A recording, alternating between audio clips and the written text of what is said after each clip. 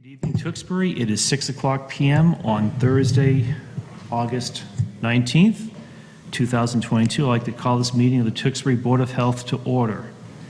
August 18th. August 18th.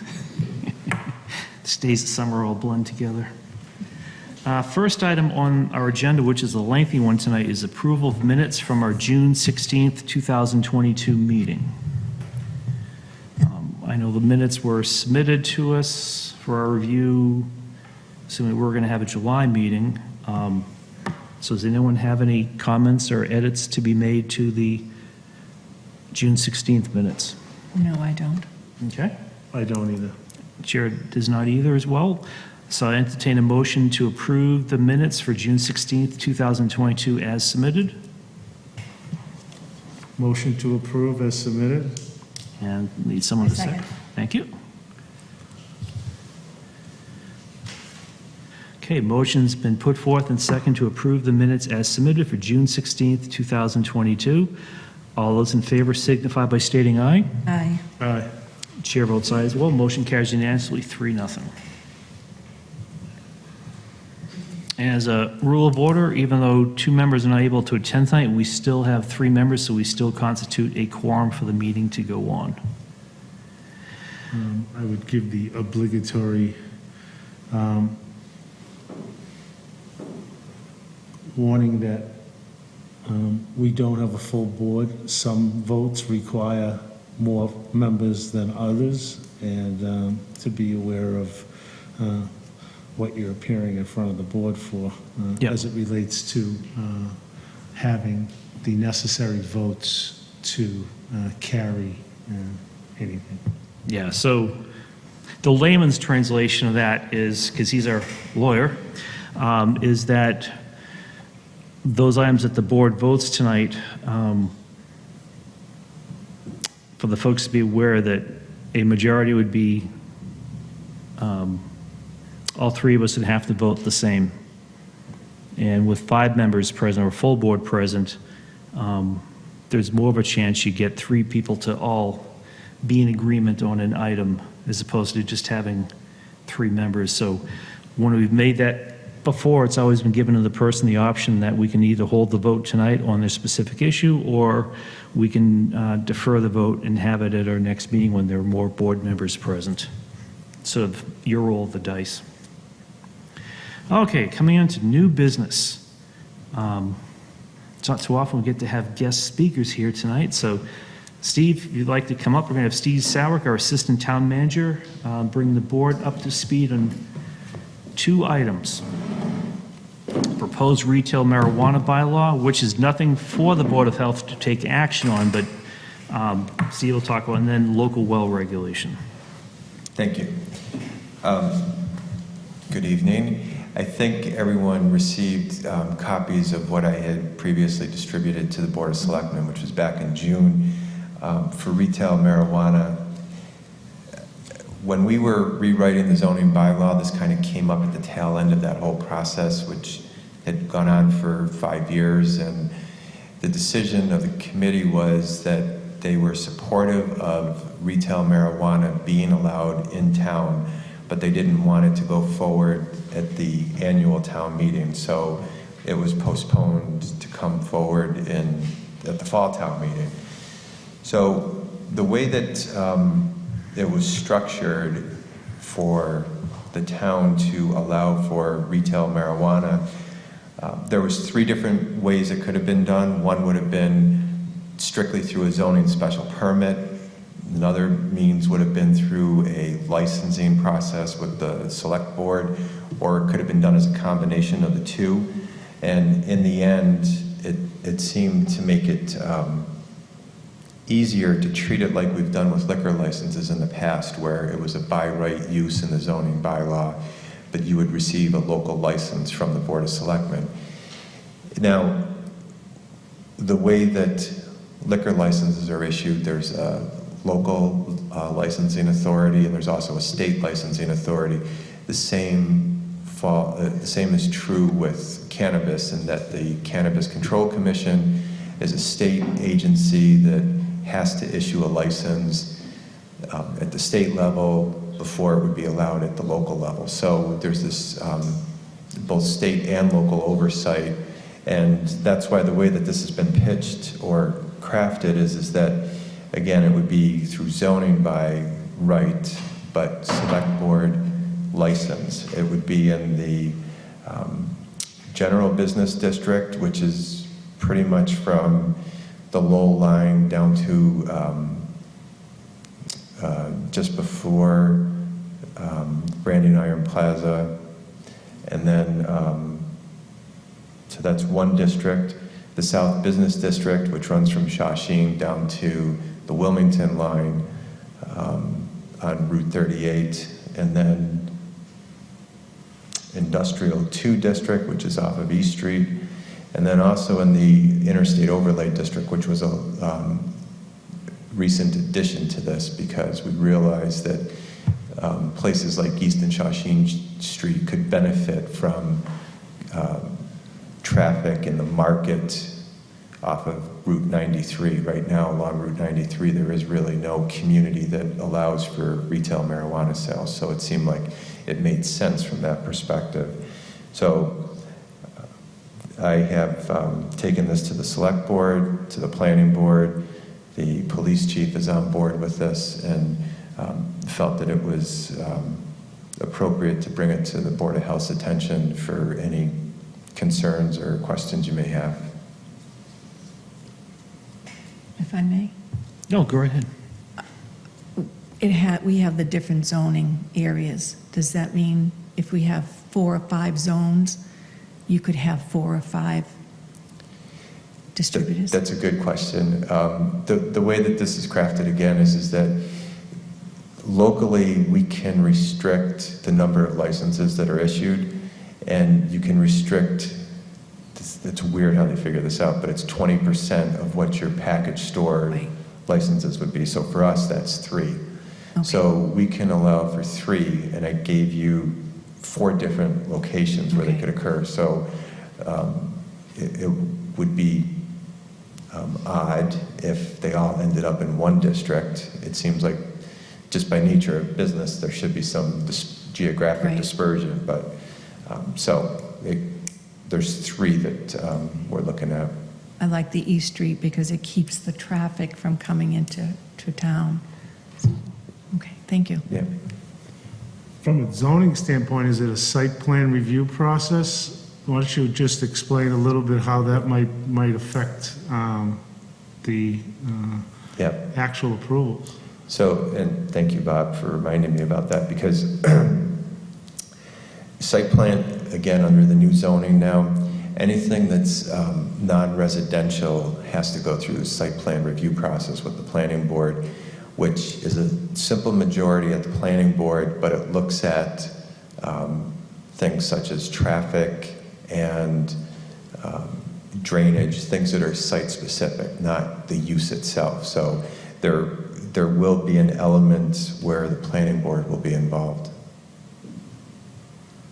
And my other follow-up question is, if there's a registered medical marijuana enterprise, obviously there's less control from the town standpoint. Does that fit within what you're looking at? Yeah, the way that we had set this up with the zoning bylaw rewrite in May was that we allowed for cultivation, manufacturing of marijuana-related products, and then testing and laboratories in a number of different districts.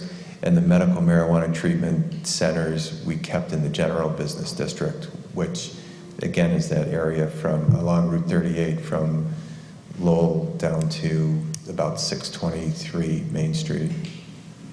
I know the Board of Health has a little role with infused products, edible, with medical. Is there an ability for infused products in retail marijuana establishments? There is, and the question is, I mean, if you wanted to be involved in that, you could do that through your regulations. So from a purview of overview, it would come under the food health code. So currently, we don't need to permit prepackaged food. So we don't permit like gas stations with just candy bars anymore. Because that's an exemption under the 2013 Federal Food Code. So if they're buying a product that's coming pre-made, the inspection process is basically built in. It's just if they're doing on-site. Yes. Okay. Yeah, that's- Yeah. Yes, if we had a bakery decide to bake infused brownies, then that would require Right. a permit.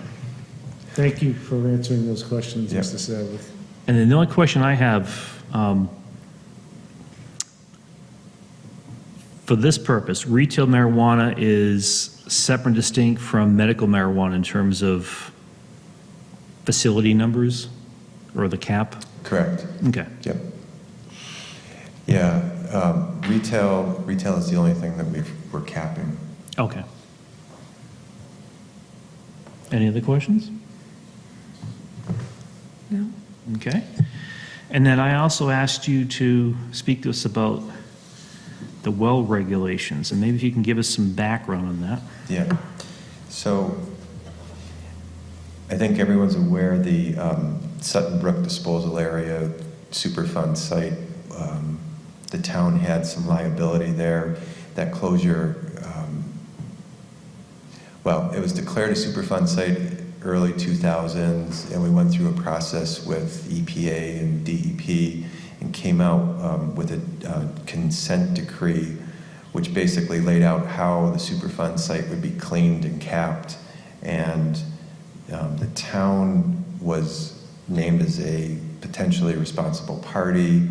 So there's a group of these PRPs that met and worked on the capping. The town had a $30 million liability that we've since bonded for, and it's part of our debt schedule right now. And we also took ownership of the site. It was owned by the Rocco family.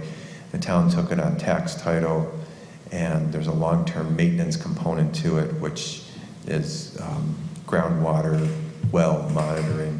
So all of that's ongoing, and two remaining items about this whole process was that there were supposed to be institutional controls in place, and the EPA and DEP started conversations 2 years ago with us about these institutional controls, and we're really focused on those controls from a zoning perspective. So at the fall town meeting of 2021, we brought forward the Groundwater Protection District rewrite, which included both the, we included it was 2020 now that I think I was going back that far, but so we have already put the zoning institutional controls in place. There's an identified plume area and an identified buffer area where in the plume area you cannot draw any water from there, and in the buffer area there's certain controls, use controls that are in place. So they were looking for the town to implement well regulations to prevent anyone from drilling a well in those areas. And it all comes back to a Board of Health regulation. The town currently does not permit or have any controls in place. Everything when wells are dug or run through the state. So there's no permit from the building department, the engineering department, or the health department. It's all state driven. DEP pointed to their own model bylaw that they have, or model regulations, which places it with the Board of Health, and it would be town-wide. So when I started looking at that, it ended up being a 22-page regulation that seemed like a little bit of overkill. And after Shannon and I talked about it a little bit, I reduced it in half. But in thinking through this a little bit more, we could probably make it, depending on how the board wants to proceed, really, it could be townwide, or we could just keep it tightly around that Sutton Brook disposal area and say, for wells in that area, you want some level of jurisdiction or oversight, and we could write the regulations to that to satisfy the state and federal agencies. So, I would just disclose that I've represented folks from that area in the past.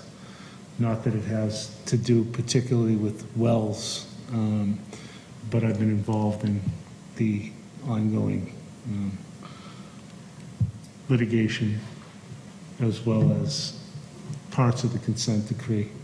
They're unrelated to what's before the board this evening, and they're unrelated to the well issues. But if I perceive a conflict, I'll let the chairman know and the board members know, but I just wanted to disclose that. Okay, thank you. Mr. Sowick,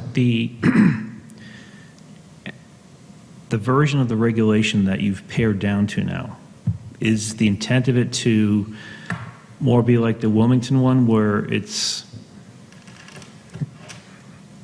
testing and other requirements in it? Or is it more just an exclusion zone for wells being installed?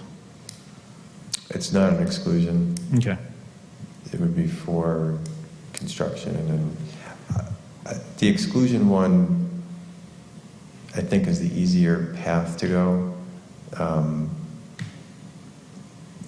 I don't know how early on, the agencies kind of sent that my way and said, take a look at what Wilmington's doing for the Olin site, and there are other Superfund sites there, but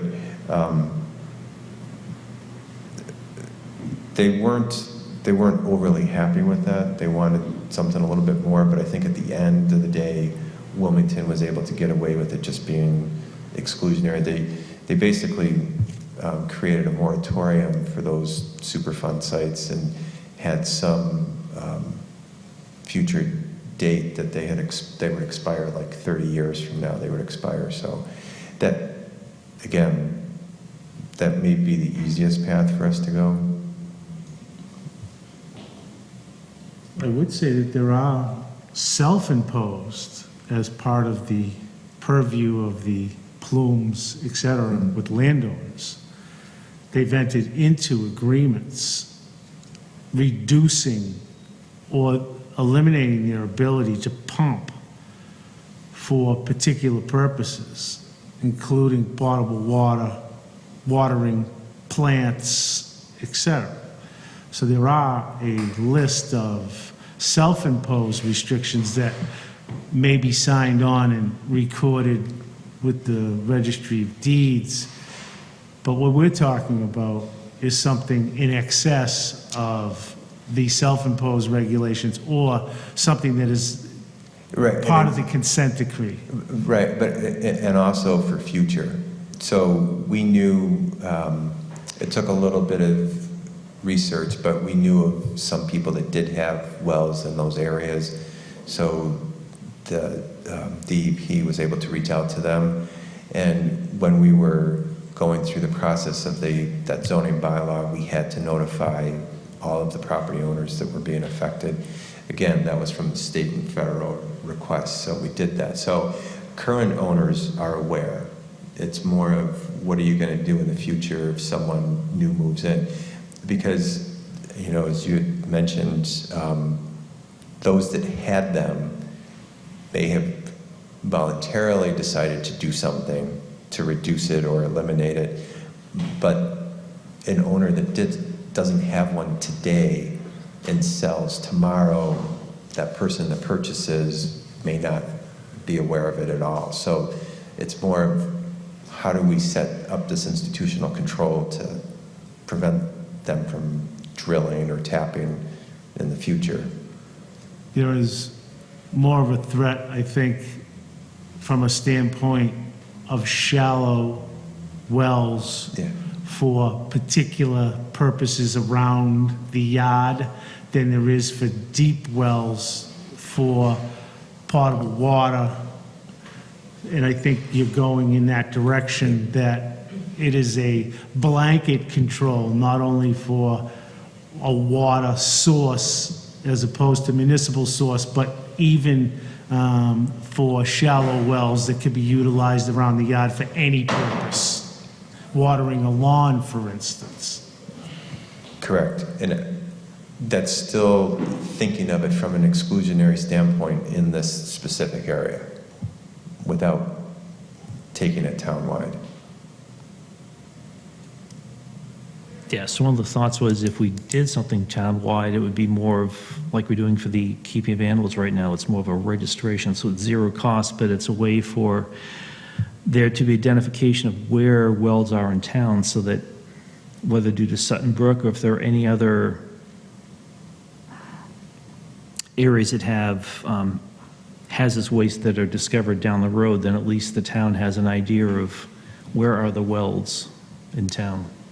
And not as a tool to track and keep an eye on what people are doing with it, more just first and foremost identify where are the wells? And then some idea of, to your point, are they shallow or deep? And that's a good point, because when we were looking to find out who had wells in the area, we had to kind of back into that by saying what parcels are out there that are not being served by town water. Like it was an inverse way of looking at trying to find out who was out there with well water. So I just want Mr. Sally come before us just to brief us on what we're going to need to look at, and then just to have us hear what some of the options are, so as we look at taking something or tweaking it to our needs of what direction would we rather take it, sort of a townwide or a narrowly focused around one specific location. Sounds like part of this solution is notice to those affected areas. And that notice probably can be facilitated through the Board of Health. When someone comes in thinking about even like going to the shallow well, I'd like to put this in for my sprinkler system. That might be something that we'd want to look at from a standpoint of the affected areas, so that there's an immediate, let's call it, small intervention and warning. But the point is well taken that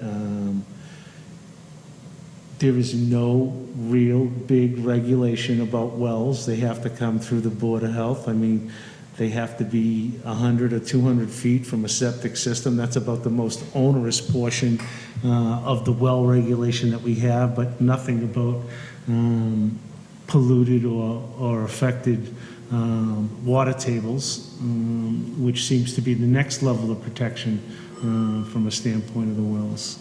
But that's all great points, Mr. Sadler. I always thought that if you put in a well, whether it was shallow or really deep, that you had to get permission from the town first. No. No, so when you put even if you did it for your sprinkler, you can put it in and nobody comes out to check it to make sure that, Correct. okay, well, Because it's not potable water, meaning it's not drinkable water. And that's really, that's the level of protection that wells supply, because you just don't drill a well. You drill a well, you have it certified, you send it out for testing to a local lab, it comes back. I mean, there's a process. That doesn't happen with shallow wells. I can tell you, though, there is a development in town that they haven't started building yet, but it's very likely that they're going to be putting wells in for potable water there, which is just something that I've been here 20 plus years and I haven't seen someone do that before. But so I will say this, it's very difficult to get ductile iron water pipe. It's very difficult to get water supplies. So developers are looking at ways Yeah. to fast track avoid the delay that's associated with products and delivery. And this is why wells are coming to the forefront, because they simply don't want to be caught up in a situation where they're building houses or have approvals and they can't get water to them. Or you happen to have a drought. Well, again, I think there's another good point here is that, you know, from a standpoint of just building a subdivision with tracks, housing tract, and having wells or shared wells is something that we need to chime in on from a Board of Health standpoint, because wells run dry, wells go bad, and now you have possibly a tract of land with multiple housing on it, with no ability to get water to it. And this is why many towns, whether you have septic or not, you have to put dry sewer in the subdivision.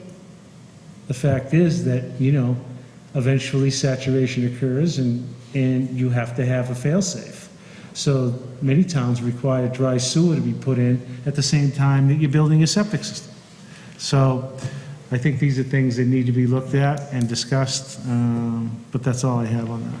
Yeah, my concern with the shallow wells is that if someone has a shallow well installed and they're using it for irrigation, more so for irrigating a vegetable garden they may be growing, without having that water tested, you don't know what you may be ingesting on what you're thinking is harmless watering. So not to say that there are problems in town, but I was concerned liability-wise, if we had something in place that only protected a certain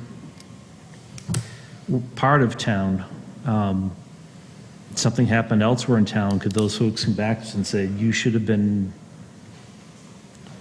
so it's a, I don't know if our responsibility goes out that far, but certainly when we regulate, we're regulating for the public health and welfare.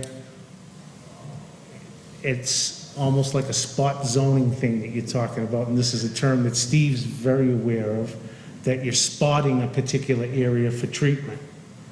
Now, there may be very well areas that require this treatment, and we've been talking about it this evening. Sutton Brook, places in Wilmington, all in sight. These are areas that require that it be spotted. Then there are other areas that, for instance, having a gas station across from your parcel, there's plumes, there's pollution, there's cleanups to a certain degree, and then you have someone maybe sinking a shallow well for a particular purpose, and all of a sudden you have an issue in the plume. Now, they may or may not have been warned, but I think going to your question is that you have to look, I think, at the larger picture Yeah. rather than the smaller picture.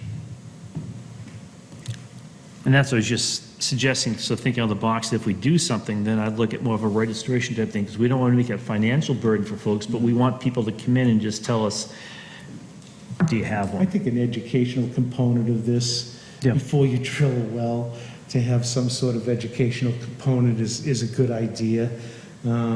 Maybe there's something that we can work with in collaboration with this to have something in advance that people are aware of. Well, there's a periodical on that. Let's read it before we do anything or hire somebody. So that might be a good way to approach this, and it may very well lead to the right solution of identifying the proper areas. This is all new to me, but I think it's something that we should think about inspecting when people put wells in. Because when people are putting wells in, I don't think they realize, or do they realize, what's around them and what could get into their well. I mean, maybe it is just an educational piece that we put in there, but I feel like someone should look at it at some point just to see, where is it?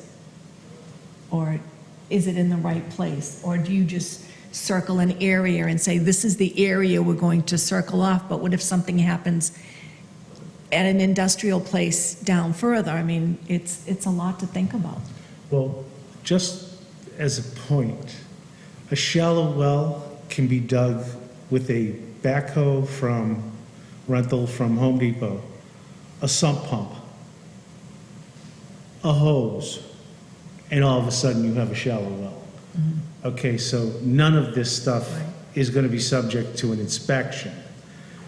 So, to your point, outreach might be the best way to talk about this, because there are methods of digging these shallow wells that include as rudimentary an effort that I just explained, or a more sophisticated effort. But I think the point is that we have to be aware of Superfund sites and other things that may bring about a bad result, and it's not just watering vegetables, then the animals are involved, right down the food chain. So we'll have I'm sure we'll put a little committee together and Yeah. have this discussion and collaborate further. It's good to me. Yeah. Okay, well, thank you very much for coming tonight Sure. and enlightening us. Thanks for your time. Thank you. Okay. Next, we'll have Ron Beauregard, our Healthy Communities Tobacco Control Officer, come forward. There are a couple of things we're going to take advantage of Ron being here tonight. We have both some tobacco sales violations, but first, I wanted Ron just to talk about our needing to update our tobacco regulations to make sure that we include what the state stipulates, because by mandate, we can make regulations that are stricter than what the state has, but we cannot have regulations that are less restrictive than the state. And so the state has, in their current tobacco regs, some elements that are stricter than what we have. So we're just looking at coming in to bring our regulations up to date. And Ron's just going to talk to us about some of the areas that we changed. And this would not be adding anything new to our regulation, which would require a public hearing for discussion, open to everyone, where it's more of administrative updating and making sure that our regs match the changes that the state has, would not require such a public hearing. So, Ron? Mr. Chairman, I wouldn't have any objection to, in terms of order, to have the hearings if you prefer. No, we can do that. I think it probably makes more sense to do it that way. I'm available at any time that you want, but I can respond or. Well, I think in fairness to the tobacco sales violation folks, part of the penalty is not making you sit here and listen to a lengthy discussion between us and our tobacco control agent, which is always educational. So while we handle this, now,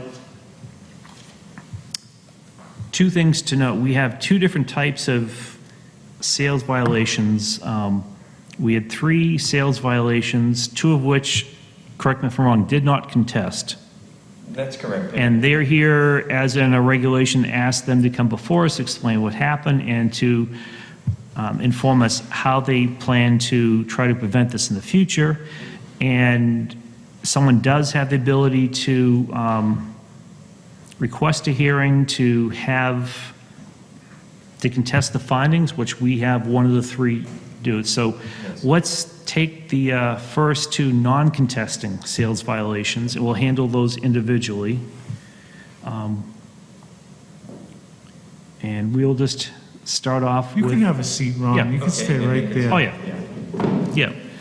So is there someone here representing E-Market, 1699 Shawshene Street? It's the one that contested. Oh, you're the, okay. So we're going to have you be the last one. We'll get the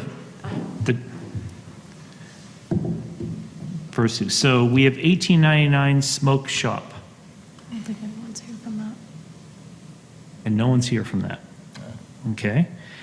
Attendance was mandatory, correct? So what's the...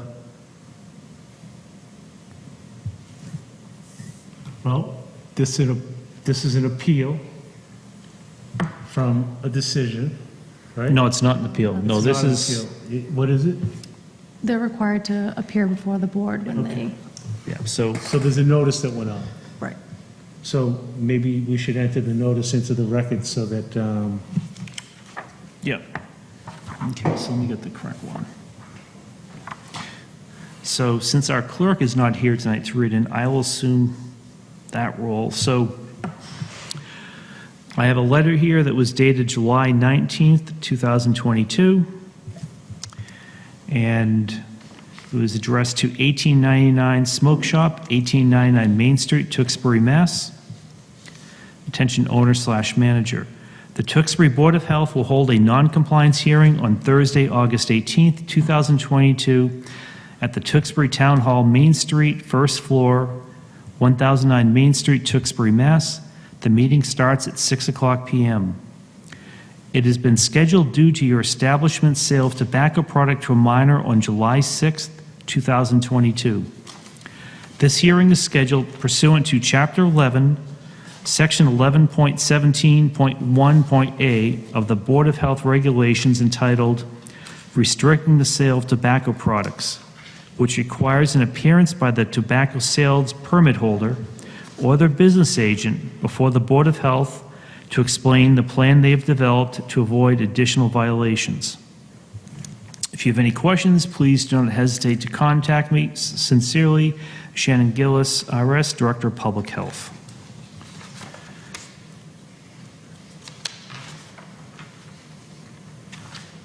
So I guess, Ron, my question to you then is, since you are very familiar with our regulation, this wouldn't constitute a violation of our regulation, would it? Well, I think it could be argued that it would, because you have an order and the violation includes coming to explain. But I think it's all a matter of the reason given and how the board would receive that. Okay. So $100 fine, I guess that would be, there's a provision in here. I guess specifically, if they're here because they had a violation, they paid the $100 fine, does this constitute a second violation? Or is this a non-sale violation, so it would count as one? Sorry to interrupt. Do you mind bringing the mic closer to you? I'm just having Oh, trouble. I'm sitting so far away. Thank you. Sorry. Yeah, no problem.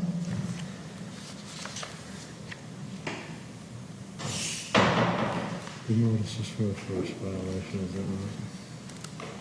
Yeah, the fine was for a first violation. Okay, so I mean, you're not gonna go any farther than that. Right.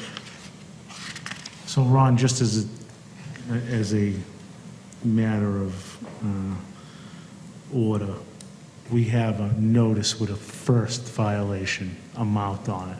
So we won't be deviating from the first notice violation that was sent out at this point, right?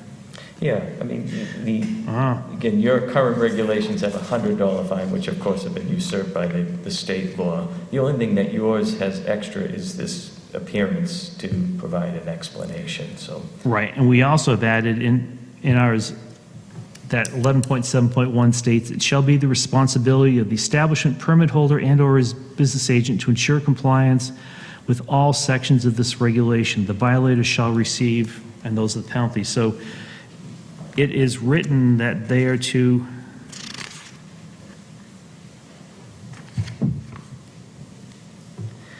I mean, also in 11.18, it indicates that under the non-criminal disposition language that, whoever violates the regulation may be penalized by the non-criminal method, which is how we assess the $100 fine for any provisions that are not set by the state. An example would be, not to sell blunt wraps at a convenience store, for example. So if that would occur and a violation or a citation would be given, it would be given under Chapter 40, Section 21D, the non-criminal disposition statute. And a fine of $100 would be assessed, not $1,000. $1,000 covers, and I think under not jumping ahead, but to the draft regulations, I tried to delineate what violations would come under your local regulations and which ones would fall into the state mandated provisions that would be incorporated. Okay, so I guess we need to check a little further into what their non-attendance tonight means, if it results in a second fine or not. So why don't we table this action and Yep. resend out a notice? Okay. I'm going to make a motion to that effect. Okay. Second. Said motion's been put forth and second to table the sales violation notice appearance for 1899 Smoke Shop. All those in favor signify by stating aye. Aye. Chair votes aye as well.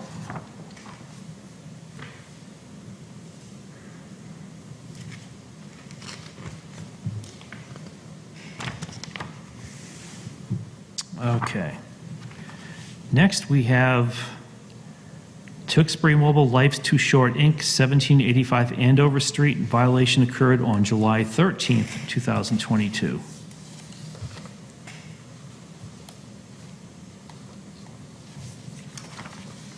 Okay, so is there someone here from? Okay, come on up. Hi, Sharon. How are you? And it pains us to see you here because It's been a good long while. it has. We've had a nice long run, but It was bound to happen. we, with a location as busy as ours and 24/7 hours and everything we've actually been through with trying to determine who's old enough with masks and who isn't, and it's been a challenge. I won't, but we take our license holding very seriously. Last time I was before you, I think we kind of alluded to being like a Fenway Park. We just card everybody. So that's, we also have a beer and wine license in addition to a tobacco license. So that's worked well for us for a long time. The incident that happened that day, Ron came in. He was nice enough to come in right after it happened, and I was able to rewind our cameras and take a look. It was a young man that was on the register. I was literally right next to him on the next register. He's an 18-year-old boy, great kid, good employee. And the young lady came up and she was fully masked. And I would say that's probably our only defense where he did not card her, but if it were I would have carded her. So, not sure because I have a hard time distinguishing age, so I card everybody. And I don't know whether he anticipated she was old enough, so I took him aside after. We had a long talk about it. He was extremely upset and offered to pay the whole $1,000 fine out of his check. You know, my approach was no, because he clearly made a bad judgment call. He wasn't suspended. I really didn't give him any disciplinary action. We just did a lot of coaching, and we continue to. And it was a good refresher for everybody. We really kind of maybe got a little complacent. I'm not sure.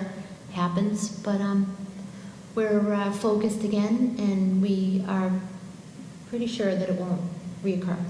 Well, I'm glad the employee's still there, because one of the things I remember, Ron, one of your you say a lot of very smart things, but one really hit home, and that was that the person that made the sales violation is probably the last one you want to fire, because they're probably never going to make that same mistake again.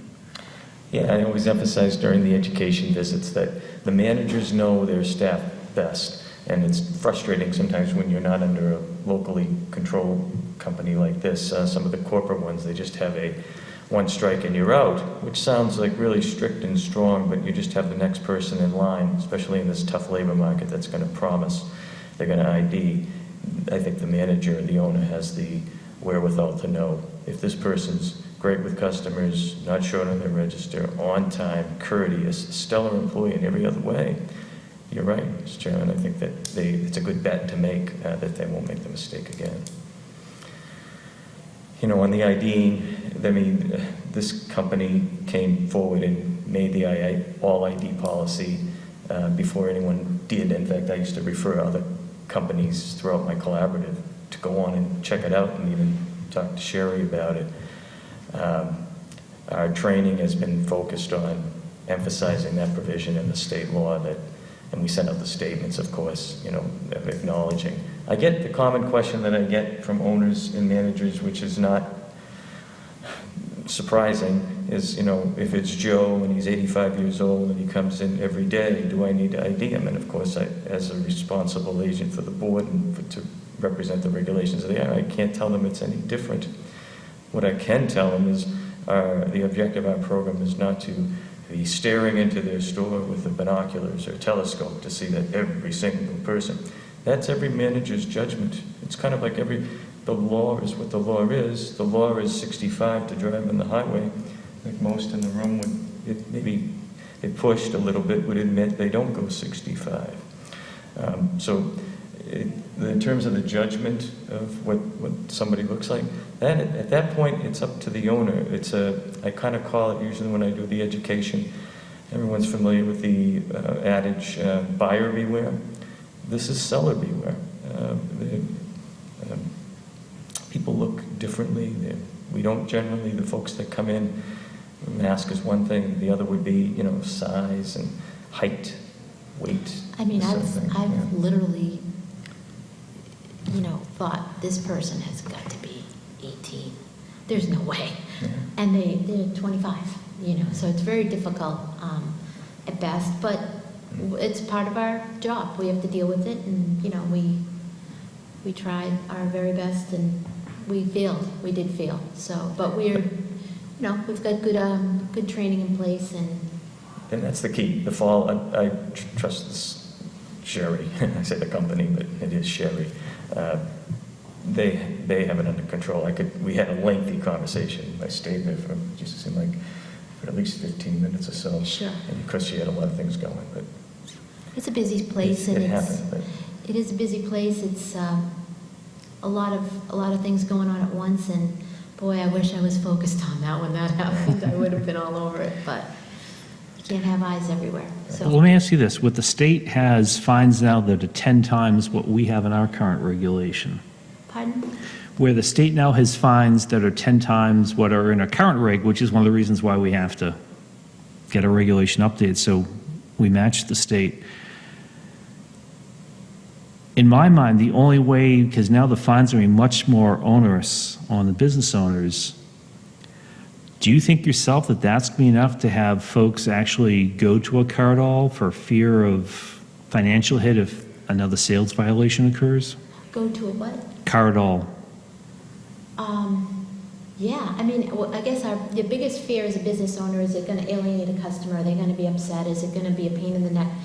I would say 90% of the people are very happy to give their ID. The other 10%, it's a conversation. Look, we take our license seriously. You need to provide an ID. We don't know you, because we get a transient customer base right up and off the highway. We also have a very local base that's, our regulars every day. But it's just really, I think, and luckily, I'm still hands-on, I'm still there. We lead by example. My son is actually a key individual there. He's 31 years old. He's a key person right under me. And he also has a keen eye, and we're like-minded, very much so. So, but I do think that a Cardall makes sense, to your question. Yeah, I mean, I would think that the town could implement that. I don't know. yeah, I mean. Is that like an overreach? Well, no, we'd be able to do that in updating a rig, but that would be an update that would require us to hold a public hearing, because that would be a true change. no, that is the state law. Oh, it's the state? Oh, it the is? state. Okay. Yeah, I it was is an not ID aware. law, so, it's one part of the amendment. I get kind of what I was, referring to in regard to the speed limit and such is, the law is clear that it's ID law, but there's a recognition for, I pick on Joe, the 85-year-old, okay, I'm Right. getting closer to. The law is clear. How someone wants to deal with the law is another matter. Yeah. I have a question Yeah. for you. I thought, If you just go through the chairman. Oh, sorry. I Yeah. apologize. I thought Tewksbury was 40 and under. Yeah, for carding it was, and that's why one of the things we'll be talking about tonight is we have to bring our regulation up to match what the state has for its So you requirements. can't supersede the state. The state supersedes Tewksbury. I'm just asking as a, Well, If it's stronger. yeah, I mean, we cannot have a regulation that is less restrictive than the state. We can have something that's much more locally restrictive. Okay. So that's why we need to update ours so we match what the state's, because it also causes confusion for store owners when there are two sets. We also have had federal stings as well, so we're subject to all of it. We've had a lengthy talk one night about the federal stings and state, whether the federal count as a local violation and Yeah, no. it's like really confusing. It is. They've always been separate jurisdictions. There's not any overlap between federal and state. There's not even a double jeopardy issue with federal and state. So, but getting back to your situation, it seems like you've already got a plan in place, We do. that the plan has been working for a number of years, It has. that you implemented this plan with this employee, Correct. and even though I feel that there's an extenuating circumstance with a mask, there's a violation. I didn't feel like I could have appealed it on the mask, but honestly, after really looking at it, it was a busy time. Both registers were going, and he just made the sale. Like, that's how I can describe it. And I was like, and I think it was the mask, honestly. Do you have a sign up that says, please have your ID ready for purchases of tobacco products? Yeah, well, not have it ready, ID required for all tobacco and alcohol sales. It's this big, and it's all over. I know that required word is one thing, but have it ready Yeah, it's good wording, I like that. is something that you might implement in your strategy, Yeah, okay? So even if it's just a sign below it, a sign above it, yeah, well, I mean, they're not expensive signs, what we made, they're just. no, obviously not. And all we're looking for is your ability to mitigate and to make your plan better. We're not here as a fine collecting board. We're here to make sure that, people don't get products that can hurt them at a young age. We have the same goal, like, Right. I'm against cigarettes, I mean, I think eventually they're gonna all go away, I hope they do. We'll find something else to sell.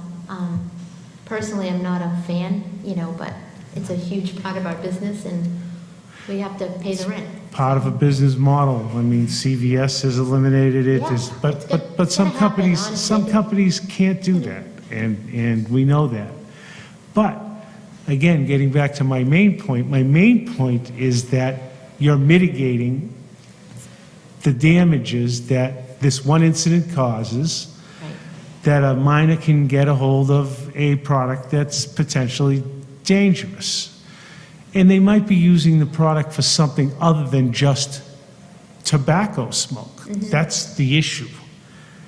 Now, Right, there's too many things out there that they could utilize the product or abuse the product, not just from a smoking standpoint, but from an enhancement standpoint. understood. And hearing that you have a good program in place, what we've done in the past, and I'm going to turn it over to the board members, what we've done in the past is we've had offenders make a second supplementary plan and submit it to the health director on, we got a good plan, but this makes it better. And I don't see this as anything other than that type of remediation. And I'll turn it over to the Jim and the board. I just Go have ahead. a couple questions. I look at this the same way you look at alcohol. When we have a violation, it's a violation. Even if it only happens once every 10 years, our goal is to not, as business owners, to never let it happen. So I don't know, I haven't seen a plan, but what I'm thinking is no one can have cigarettes by two ways. Either they look like they're 50 or older, and if they look under 50, you card them. But the better way is if you have a POS system, which I'm sure you have, We do. there's a way you can program it so that that sale doesn't go through unless they show you a license. That's, if you want a sure thing, to me, that's a sure thing. It pops up every time. In other words, so. But the seal won't go through. We have PO systems, you can stop it, so that they can't buy So the they scan- cigarettes. they scan the license. Exactly. So, agreed, our system does support that, but it doesn't do every state. So, for a local, there's certain states it just doesn't scan, every license is very different. Until they all go to the federal ID, I'm sure then that'll be a lot easier, but, Then why wouldn't you, just to make it so that it doesn't happen, why wouldn't you just ask everyone for a license? I know you say there's 10% that they get upset, but you're the business owner, and oh you- no, we do ask them for the license. everybody. Oh, yeah, we're a card all. So we're a what card- happened to this one? He didn't follow the procedure. That's a very good question. Yeah, he just thought she was old enough. He didn't look at the license. He didn't even, did he take the license? I actually can't remember. No, he didn't ask for the license. No. Yeah, I feel like there has to be more of a safer way for you to ensure that you have a busy business and you have a lot of young people working there, all different people all the time. So there has to be a way that you don't have to worry about it all the time. Yeah, that's good. That's good. I should look further into and I can report back on that as well, on the technological advance that might be able to help us. Yeah, I think one of the times that you were That's actually a great point. before us, and this is going back years because I've been on the board for a while. I think back early on, one of your challenges, Ben, there was a period where you were just running through a lot of employees, and it was tough to try to make sure that the train didn't just walk out the door, but there was some consistency. So I agree to your point that if you can have the actual purchase system, because that's really the ultimate end stop. It is. Then even if someone has a bad day, the system will be there as a backstop to catch it. Right. So, yeah. The Agreed. problem with that is, and we tried it, was the different IDs that come in. It's great if it scans a Massachusetts license, then they change the format of the Massachusetts license and half of them wouldn't scan. Right, and I've done it and myself, so and you're there, you're I- trying to scan the license. I can understand having the best technology available to make sure that you're compliant. But of course, having the best technology available still doesn't guarantee there's not going to be a violation. Could be a fake ID, it could be this And that's the separate, thing. The thing is that you put a plan in place, you implement the plan, you're in business. Business is a risk. You're not going to get out of bed in the morning without taking a risk. That business is a risk. Business is an inherent risk. Ah, We understand it's an inherent risk. That's why when we say, do you have a program? Do you have a plan? Are you implementing it?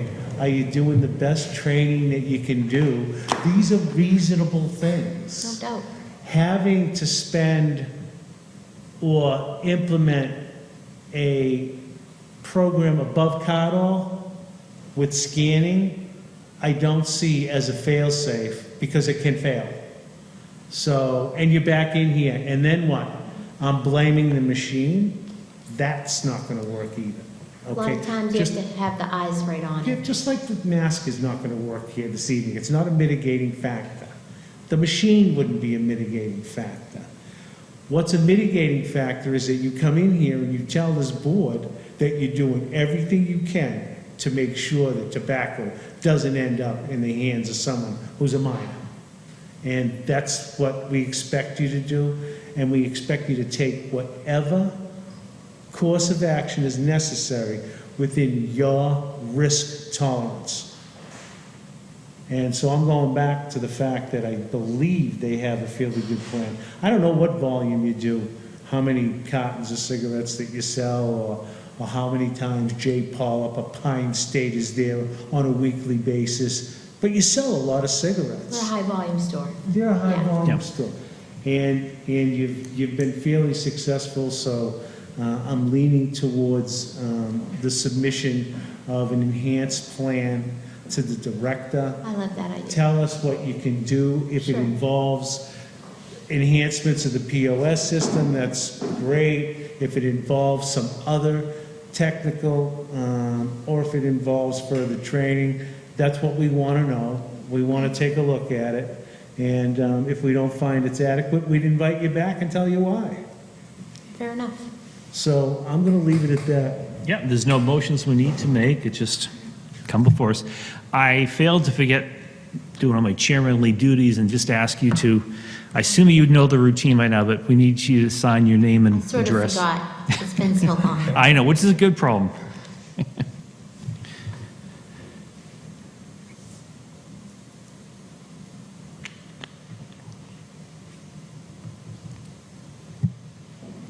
Appreciate your time.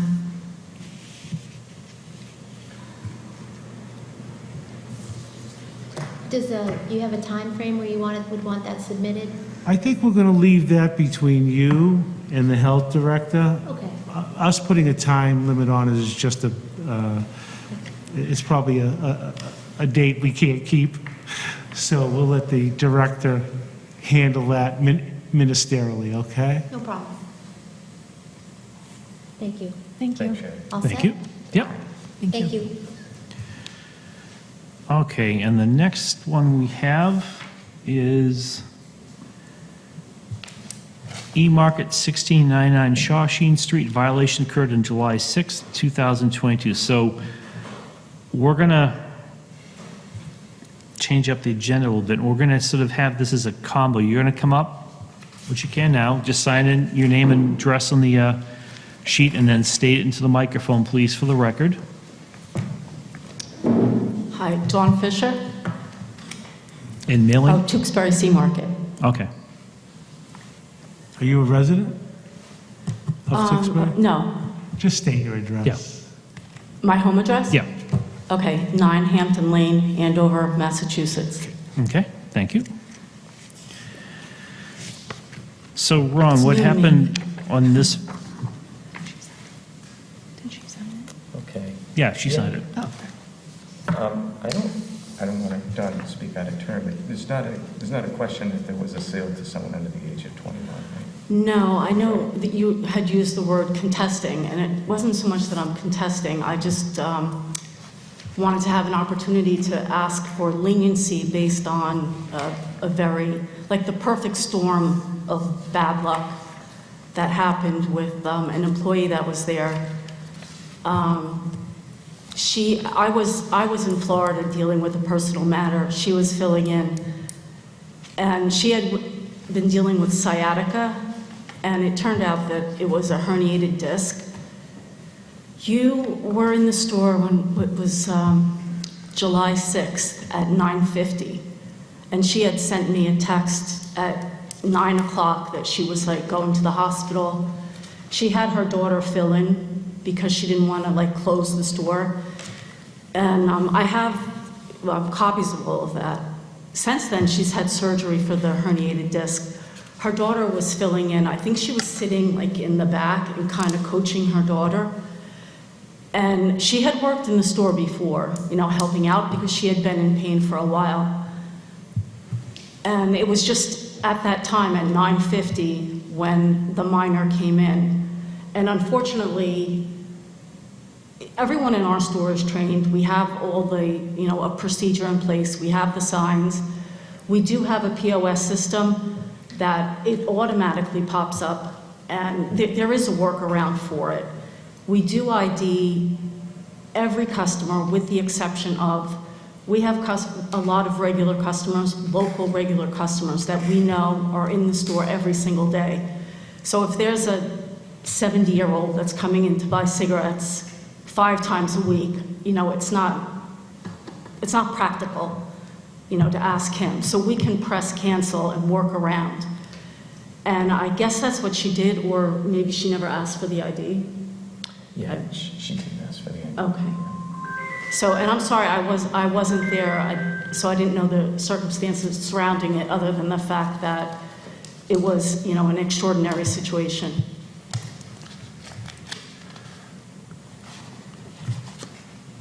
Ron, are there any facts that we're missing from your perspective with the sale?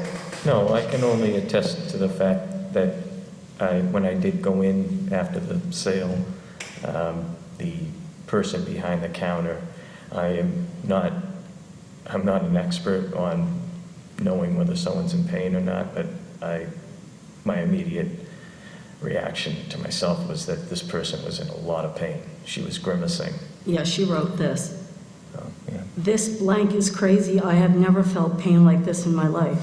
And this was at 9 o'clock, and you came in at 9:05, and you were in at 9:50. That probably was at 10:05, right? Because it was 9:50. I'd come Yeah, in yeah, short. you know, Yeah, that- yeah. So, anyway, when I went in fact, I think both were on a bench outside. We were parking in, the lot there, familiar with the lot, and when the 19-year-old female went in, the two came in, following her. So it wasn't particularly busy at that time. But again, when I went in, she seemed to be in a lot of pain, and there was a customer. And as I always have been over 20 years, discreet is the key. I'm not there to create a scene for any customers, but I want the people responsible to know what happened, to be fair, at the moment. So then I kind of went around to the side and got the attention and tried to indicate to the younger person that, what had happened.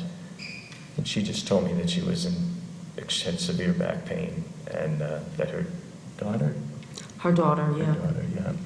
her daughter had handled the sale. And I just gave it, as I always do with these times, I just give it an educational moment. You got to ID everybody. Don't take a chance. So, in terms of corroborating the pain issue, I wouldn't. It's not a surprise to me because that's what I saw. Yeah, and she has had, I didn't ask her for, personal medical, I don't but I think- have like I don't think her that's- surgery stuff I here, don't so think it's a that's- real thing. Yeah, I don't think that's necessary. I think Yeah. your oral testimony and Ron's backup of what he's seen is more than sufficient to put your defense in front of the board. And that's why you're here, is that you believe you have a defense. And I think we are sympathetic to these defenses. There's no doubt about it. We're sympathetic. And then we have these regulations, which don't give us much leeway. And I just wanted to hear the chairman's thoughts on that. No, I mean, I look at this as akin to a variance request. Yeah. And the regulation itself is pretty tightly written. And our challenge is that if we opt to deviate from what the regulation states, then anyone else down the road that comes in before us for a sales violation now has an opening they can use to come before us to dispute or request leniency. Right now, the regulation handcuffs us into a very narrow hallway with blinders on. You're asking us to take the blinders off and consider these other facts, which we've heard and we're cognizant of. And we are looking at ways to make this regulation better. I wish there was community service that could be associated with this. A lesser included offense, so to speak, of the $100 fine, or whatever the fine is. $1,000 fine. I wish there was a way to be able to do that. And unfortunately, this regulation, the way it's written and the way we have to enforce it, doesn't allow the consideration that you're asking. And we're cognizant of what you're going through, the financial hardship, the pain that was associated with your employee and having to work and having to keep a business open in order to make that work. And we're not unsympathetic to that. Unfortunately, I don't think this regulation allows us to vary the terms of the ultimate punishment for this. And I hate to use the word punishment, but it's remedial in effect. And I'd like to hear from the other board members. I'm sympathetic, I just think I'm handcuffed. Yeah, I mean, this is the only regulation that I'm aware of that we have that does not have any type of a variance section to it that allows the aggrieved party to come in and request, make a request. May I ask something? If there is no, like, leeway, if it is just like that, then why would there be an option to appeal?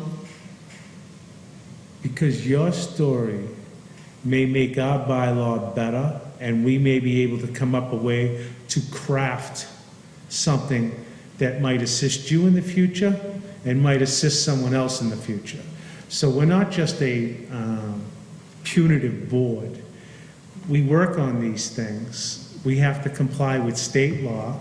We have to comply with the local regulation. And as you heard, we can make the local regulation more restrictive, but not less restrictive than what the state requires. And that's where I think we're stuck. Yeah, the minimum fine from the state is 1,000. It's So the ours is state actually, regulation that we can't just say, we heard a very sympathetic story, we're going to waive the state regulation. We don't have the power to do that because we can't make it less restrictive than the state requirement. We can make it more restrictive. We could make it $1,001, but we can't make it $999, and we can't waive it entirely. I'm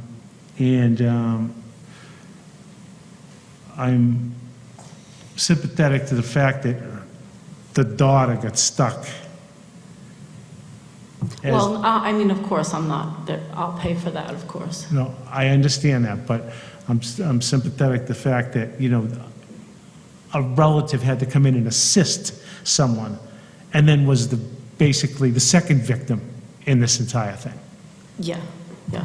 Yeah, no good deed goes Yeah, yeah, unpunished. yeah. That's what I mean. She has immense guilt and, yeah. Yeah. But we want you to speak to her and have her understand that there's no leeway. And many state laws are like that. Many regulations are like that. There's just no leeway.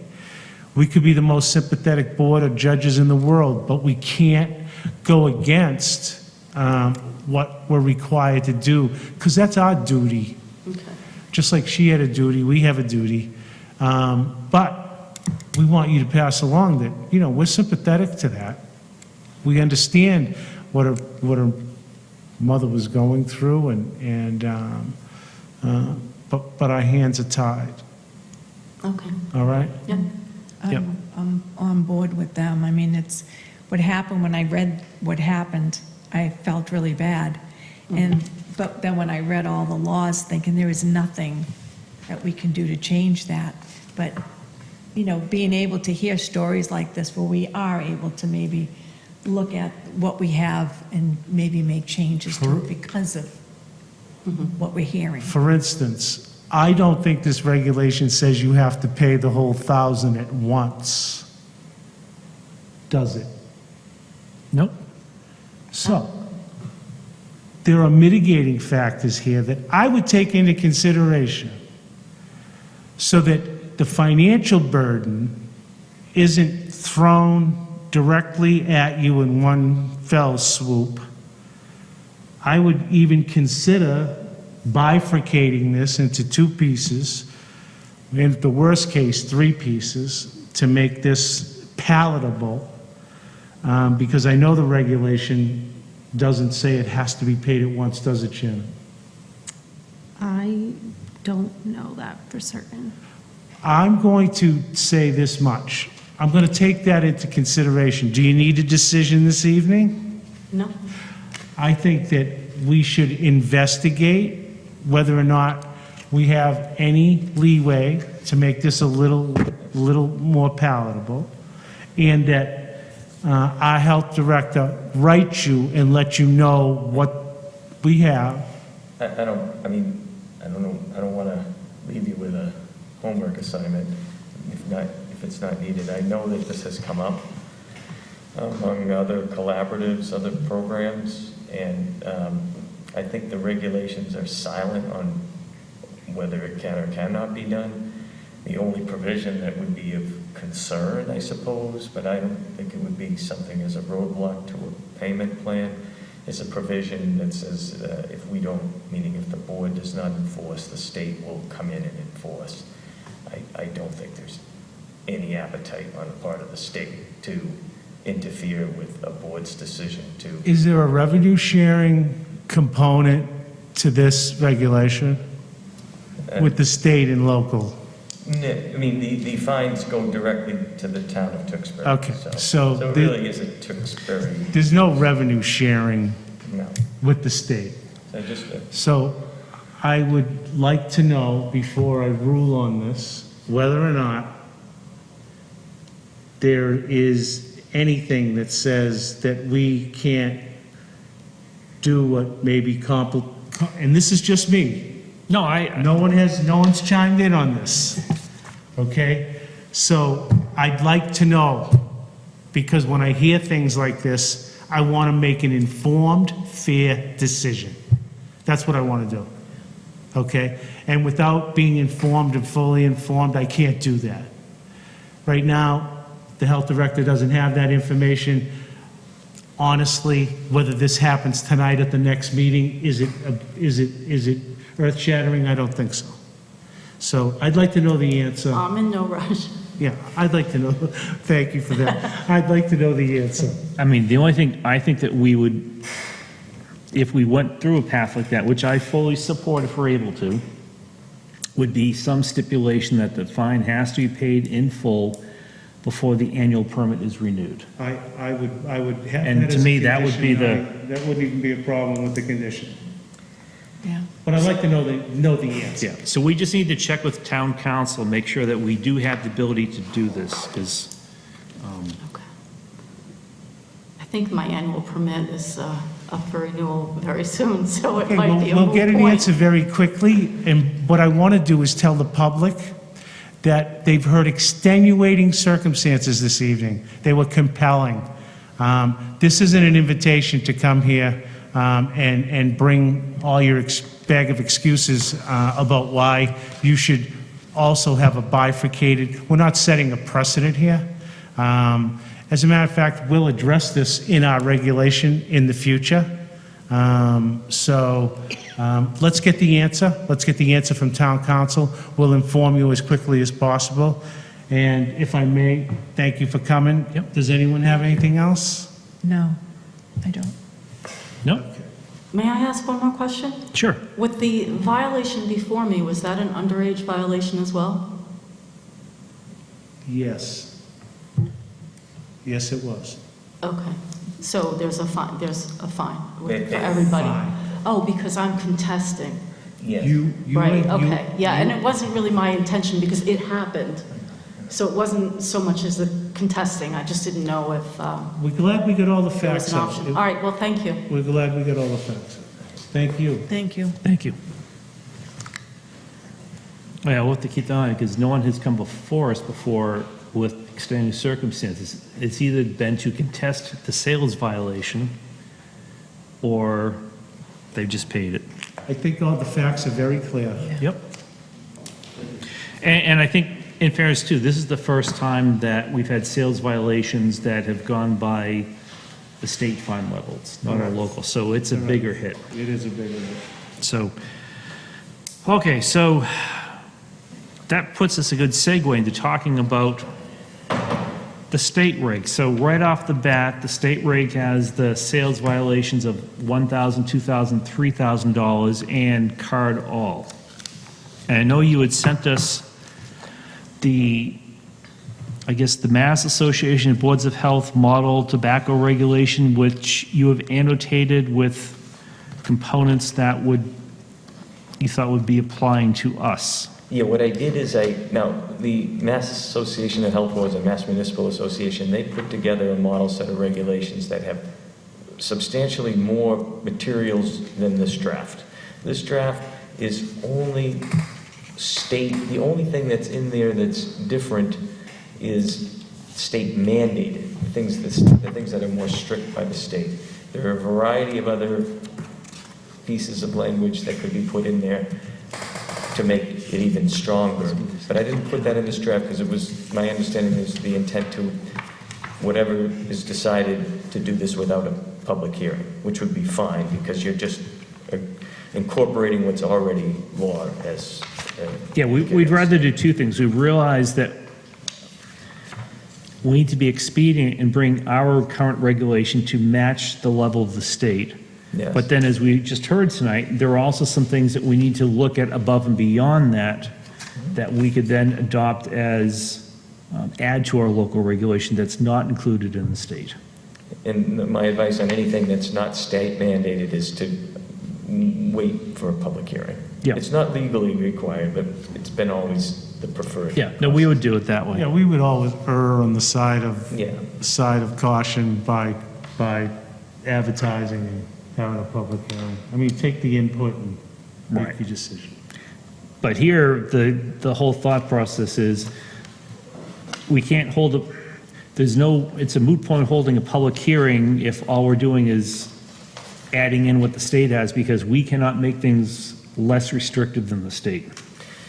Yeah, it just clarifies things, like was noted earlier by Sherry, you know, she has a good understanding of the local regs, and one of them was, you came forward years ago to make it 40, as opposed to the state mandated 27 at the time, to ID anyone that looked that age or younger.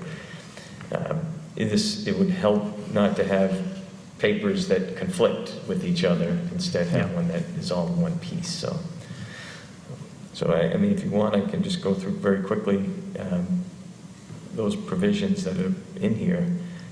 Yeah, and let me just frame this with, I'm hoping that between this meeting and our next meeting, I'll have a chance to put together a model or sample update of our reg that we can then look at for next meeting. Is there a summary sheet of the proposed changes to this state regulation?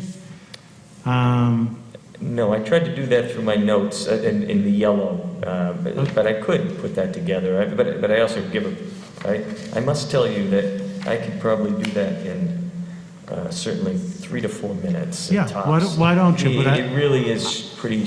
I was just straightforward. thinking that maybe a summary sheet at some point might be, Of course. a Yes. good idea for Yeah. the amount of work you do, Ron, Yes. All right. Well, which is considerable. I want to let everyone know. Thank you. All right, so I'm going to go right to D, because the first are definitions. Well, the only definition I'll note in section C, I think is noteworthy, is the inclusion of mint, menthol, and wintergreen as being a flavor.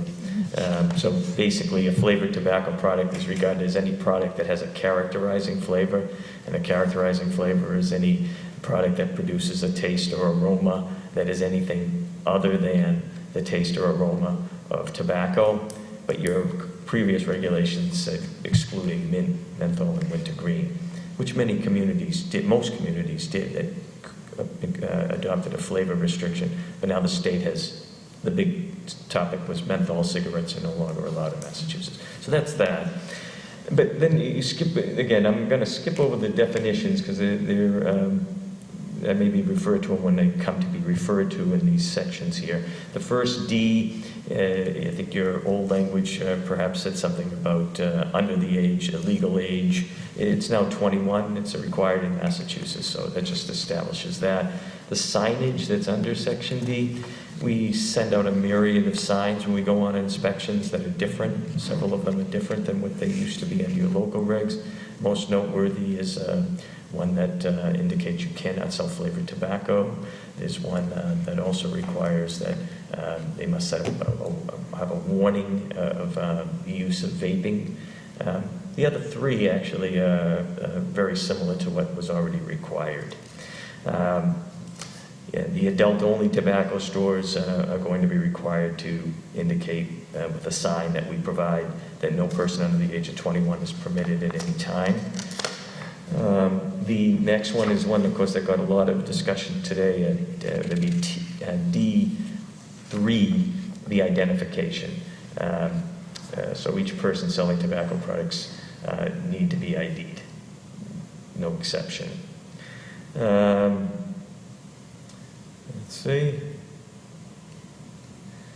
The next section would be G. And again, that's just saying it's almost identical to yours, except for two things. It's referring to flavored tobacco product, which is now, again, mentioned includes mint, menthol, and wintergreen. And the other provision that it makes reference to, and again, it would still be the law, but we're putting it in your local regs because it's such an important component of the flavored tobacco rule, is that they must have a document from the manufacturer for every product that's on their shelves certifying that that product is not flavored. So it's something that's sent by the manufacturer and provided by a distributor such as you noted, J. Paula, who I've worked with extensively. The next section is H. That's a new one for you. Would be for local. It's required by the state law, which says that no vape product can have more than 35 milligrams of nicotine per milliliter, except for the adult only, which is it says shall not apply to retail tobacco stores, and that's in the definition, which basically means it's an adult only retail tobacco store. There's some language here in regard to liquid nicotine containers having to comply with state law for disposal. It doesn't apply to the jewels or anything that's self-contained, but it's more the bottles or anything that's larger. This, I must say, I can't tell you it's one of the more enforced provisions, but it's there and recommended by the Mass Association of Health Boards and the other groups, Mass Municipal Association, as to have in your regulations, just so that people aren't dumping large quantities of nicotine just out regular disposal. It's supposed to be handled as a hazardous waste. I've tried to tackle 310 CMR 30, really beyond my pay grade. I have to rely on the attorneys, and there are some websites that provide easy to understand methods to provide a plan to a Board of Health of this is what we're going to do. And essentially, if I recall correctly, it's kind of like what we do at home. You got to set these things aside and come and provide them when there's a special collection for hazardous waste. It's almost like having the equivalent of a Sharps container. Yeah, very much so. So what's interesting is it seems like DEP is now considering nicotine to be a hazardous substance. That's correct. Yeah, I'm being honest with you that it's not one of my strong points of understanding that regulation. Yeah. It's unwieldy.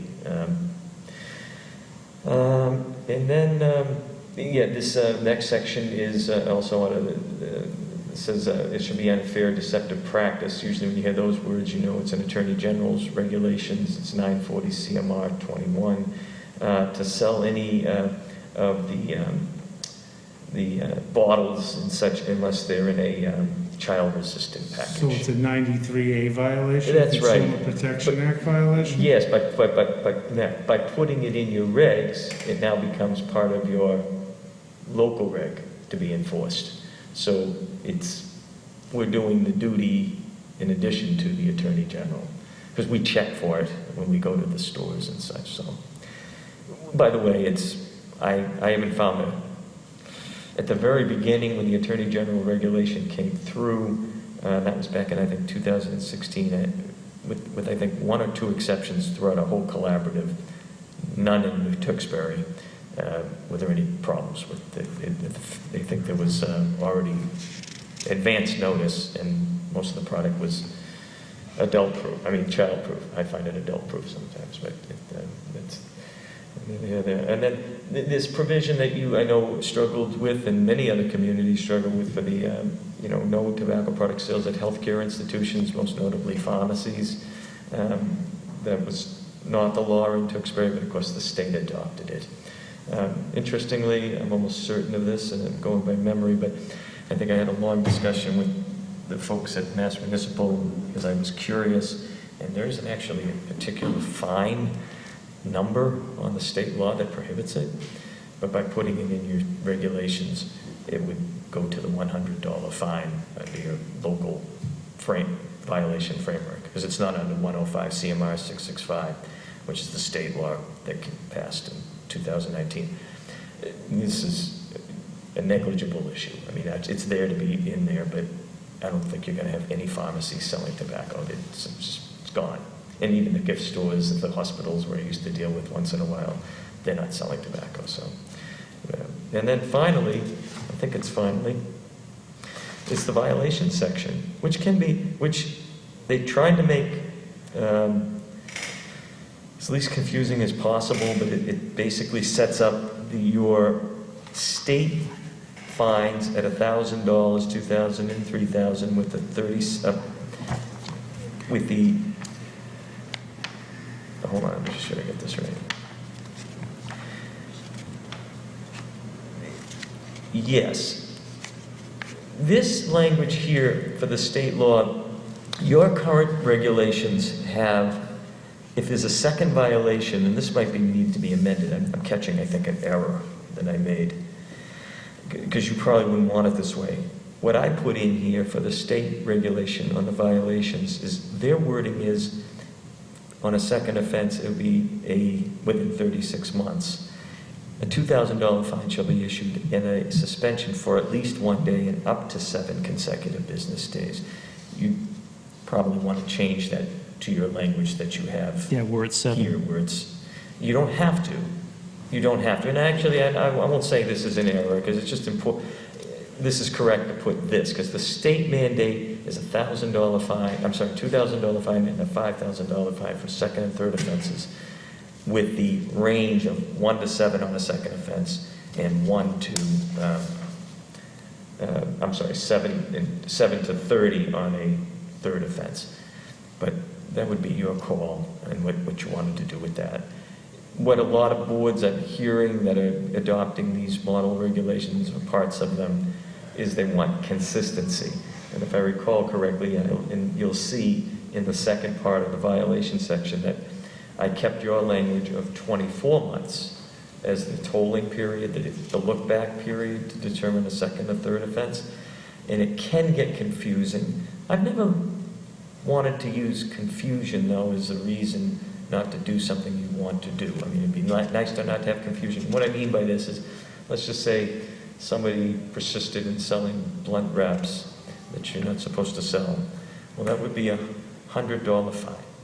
And if you kept it as a 24-month instead of a 36-month, as to blunt wraps, you could just you have a record. I know that they didn't sell any blunt wraps in the past 24 months, and it goes away, and if they do it again, it's a new violation. Or you might want it consistent and have 36 throughout. Many have said they just want to have that consistency of 36 throughout. 36 is a 3-year look-back period, so. To be honest with you, that always becomes a question of fact. And it would seem to me that our board should be, for instance, when you have a hearing like this tonight, we should be figuring out when the sunset is. What's the sunset date that brings it back to a first? It should be part of the decision. You think, but in the state, but as we've been told by the folks at Mass Municipal and Mass Association of Boards, the 36 months is for any state provision that's violated, there's a 36-month look-back period. So we wouldn't be able to go shorter than that. However, you have the right, again, on local provisions that aren't in the state law, Right. to stick with something that you feel more comfortable with. Thank you. Yeah, you're welcome.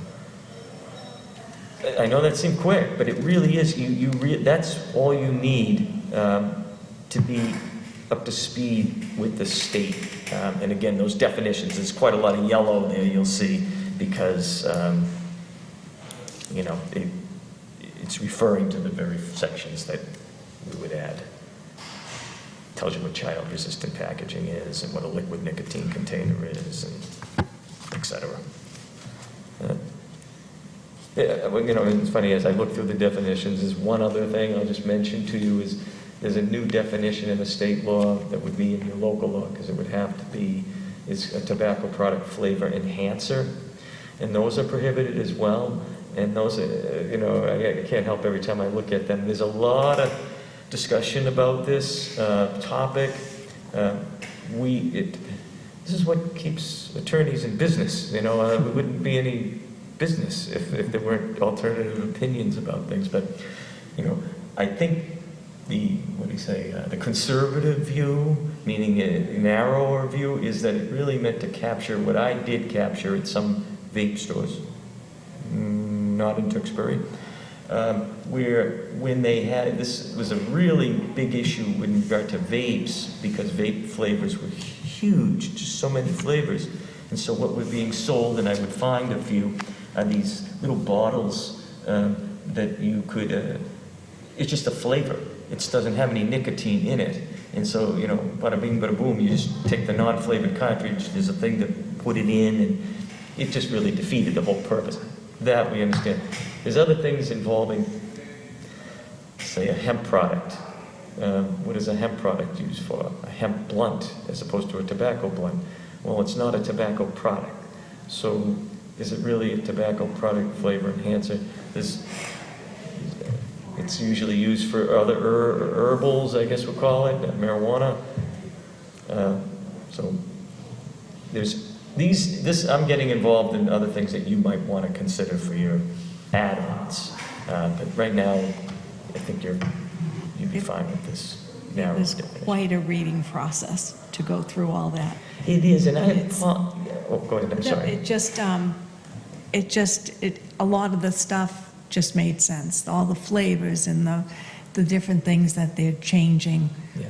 makes so much sense. But I learned a lot too. I learned a lot of the chemicals that are in flavors that you think there's no nicotine Yes. in, and there's still nicotine in it, even though it doesn't say there's nicotine in. So there's so many things that you have to look at. Absolutely, and there's a lot of additives for those flavorings to deliver them, glycol and a variety of other chemicals that, I don't question that some folks, especially at some vape shops, that really do have in mind the idea of weaning somebody off of nicotine. It's a noble thought. People can disagree as to how effective it is, but the products, when they mention they're food grade, we usually consume them in our mouths in our digestive tract, not by vaporizing it and putting it in our lungs. So they don't know yet, what any food product that's then vaporized, what it does to your lungs. So it's a real.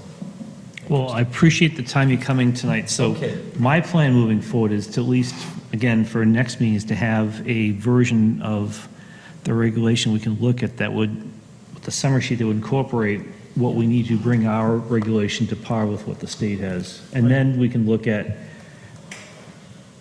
phase two would be what other things we need to look The at. enhancements, so to speak. Yeah. But I think that summary sheet, I'm gonna put- Ron, would be great. Sure. Because it would help us put a summary sheet together on what we were going to adopt, Absolutely. and then what might be reserved for the future. Yeah. Okay. Will do.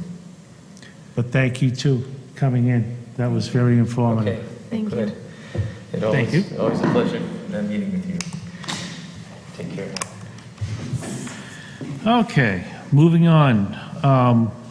New business, well, we have Lisa's Family Pizzeria, 2312 Main Street.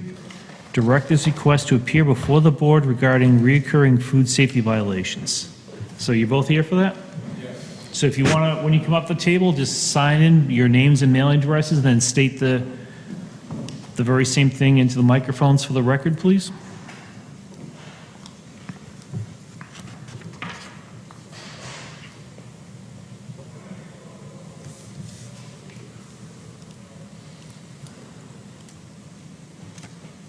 Oh, the pen's not working.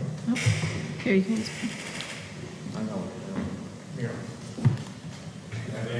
Okay.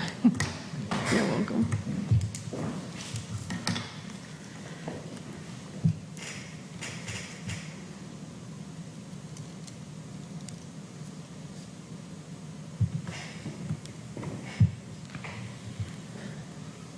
Am I putting my address or the restaurant? Your address, your mailing address, your residential address. Do you want me to give an update while they're doing that? Sure. Yeah. Okay.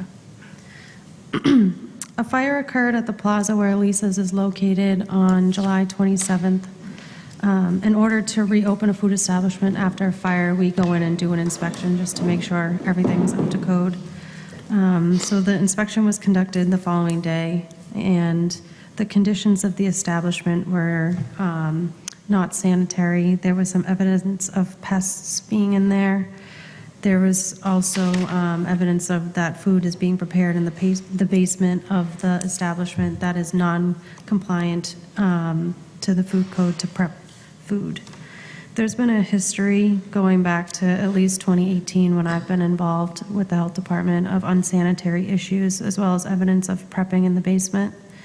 In October 2020, I closed the establishment due to the amount of critical violations that I discovered during my inspection. After that closure, we had an emergency Board of Health meeting that we required Lisa's to hire a food safety consultant. This consultant worked with them and trained all their staff on food safety practices and conducted monthly inspections to ensure there was compliance with the food code. The board required a contract with that consultant to get 3 consecutive inspection reports with no critical violations, and that was able to be achieved after about 6 months with working with their consultant. Here we are 2 years later having some of the same kind of violations occurring, which is why I requested them to attend tonight's Board of Health meeting. Since the fire, I've been working with the owners, Danny and David, talking about the basement and how I would like that coming up to compliance, and I know they've been working on getting a plan in place for that. I'll let them speak to what their work they've been doing for that. However, they still are not open because there's an issue with the electrical in the building that's being handled by the building department. So to recap, there are non-fire related violations. Right. There are areas being utilized that are prohibited because they're simply not up to code and can be kept sanitary. Correct. There's a contract with the Board of Health, or at least the director, that certain reports be submitted by their advocate. Have those reports been submitted? Was it reports required the last time that they were here? Yes, we have all those on file. Is that closed? Yes. Yeah, from the food safety So consultant. there's nothing open on that? No. Okay. And so you've talked to them about a remedial plan and what's necessary to bring them back into compliance with the violations that you've written? Correct. Okay. So if you just, for the record, if you can both state your names and addresses as you wrote on that sheet into the microphones, please. Sure. David Arshakian, 17 Perry Street, Watertown. Danny Nasser, 241 Lexington Street, Watertown. Okay, thank you both. And just so you're aware, the board members received a pretty thick packet of materials that included both the cover letter Director had mentioned. We have a bunch of food safety inspection reports. We also have pest control reports back from going from April through June of this month, as well as from August through December of last year. We also have a bunch of, I think it was 28 pictures from the inspection that was conducted on early July, along with the food safety inspection report. So we have a lot of things that we had to go through. And one thing I also want to just mention is, when you were talking to me, Director, about the status right after the fire, when you had gone out, or department gone out to conduct that inspection, you had also noted that there were some conditions you had observed outside the building, especially around the dumpster, and grease dripping from vent openings in the back of the building. And we'll go into the details of this, but I just wanted that there are issues both inside the restaurant from the food safety code violations as well as outside. And outside is exemplified by notes of findings of the exterminator on the various monthly exterminator visit reports, indicating bait stations are continually being restocked around the dumpster. So, and there's also a lot of mention of rodents and insects coming in through openings of the restaurant. And in talking with one of our board members who owns a restaurant in town, that I was surprised that that's not something that the property would tend to fix, but it would be the proprietors of the restaurant. So it seems like there are multiple issues going on here, and we've had issues going on over the course of the couple of years. So that's why we felt it was imperative to bring you before tonight to really explain what's your plan moving forward, and we'll have to come up with some way to hold you folks accountable to whatever plan you do submit. What is the status on the electrical work being conducted by the outside contractor? We weren't told anything about, I mean, the only electrical work that was told for us to fix is inside. Do you mean the liquor store? So if I may, that's really being handled by the landlord, the electrical. So I don't know how involved they are with. Does it affect, Inside? does it affect their operations? It's their unit and the unit next to them, that Bright Horizons. I Okay, believe. so there's more than likely a building permit, Right. and part of the building permit sign-off will be looking at their unit? Correct. So we have a couple of overlaps, right? Yeah. So you need a sign-off from the building department, or Yes. here, the electrical department, Yep. through the building department, before you can open and operate. Is that correct? Correct. Okay. Yeah, so it's not just the health department's not allowing them to open We just yet. don't know anything about the outside. So you haven't been apprised of what work needs to be done, how long it's going to take, and when you might be able to open from a logistical operation standpoint electrically? So the building commissioner came in to look at it. I was with him. I was there that day. The only thing he told us regarding the electrical work was to just get rid of old wiring that was there way before we were even there. There's wiring that just isn't even being used for anything. I don't know what he told our landlord. So you haven't pulled the permit as a tenant? We haven't pulled a permit because we plan on it. So we're trying to do the basement to bring it up to code so we don't have any issues with that. The plumbing is what's been holding us back, so we're just waiting to figure that out. And this is my point. My Yeah. point is that we have some stuff that needs to be done before we could even reach you as a board, Yeah, right? okay. So you have the building department closeout, and do you have a lease with this landlord? Or is it a tenancy at will?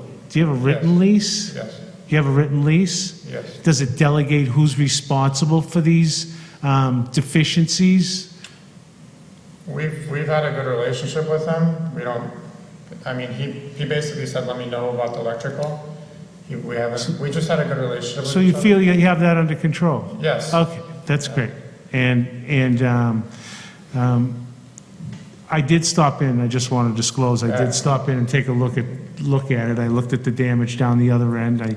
I looked at the areas that they were operating in. But obviously, these things need to be taken care of because it's life safety. And of course, ours becomes health safety, right?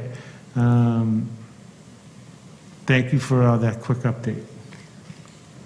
I have questions. Is this my time? Sure is. Yep, go right ahead. So you're both owners. Correct. Do either one of you work there? There's always one of us there. One of you is always there. We're there a lot. Okay. Yeah. So, do you buy your dough or do you make your dough? We buy it. You buy it. And downstairs, when I'm looking downstairs at the cellar, there's a refrigerator down there. What do you use in that refrigerator? It's a small one. We have 3 refrigerators. The smaller one is just pizza cheese that's prepackaged. We Okay, don't shred it or anything. It's already shredded. That's all it. right. Yeah, the only thing stored in there is the pizza cheese. In that small one? Yes. Okay. That's it. And you're both serve safe? I am, and he's about to receive his Okay. literally any day now. Because I have to say, in looking at the inside of your walk-ins, there's a lot to be organized.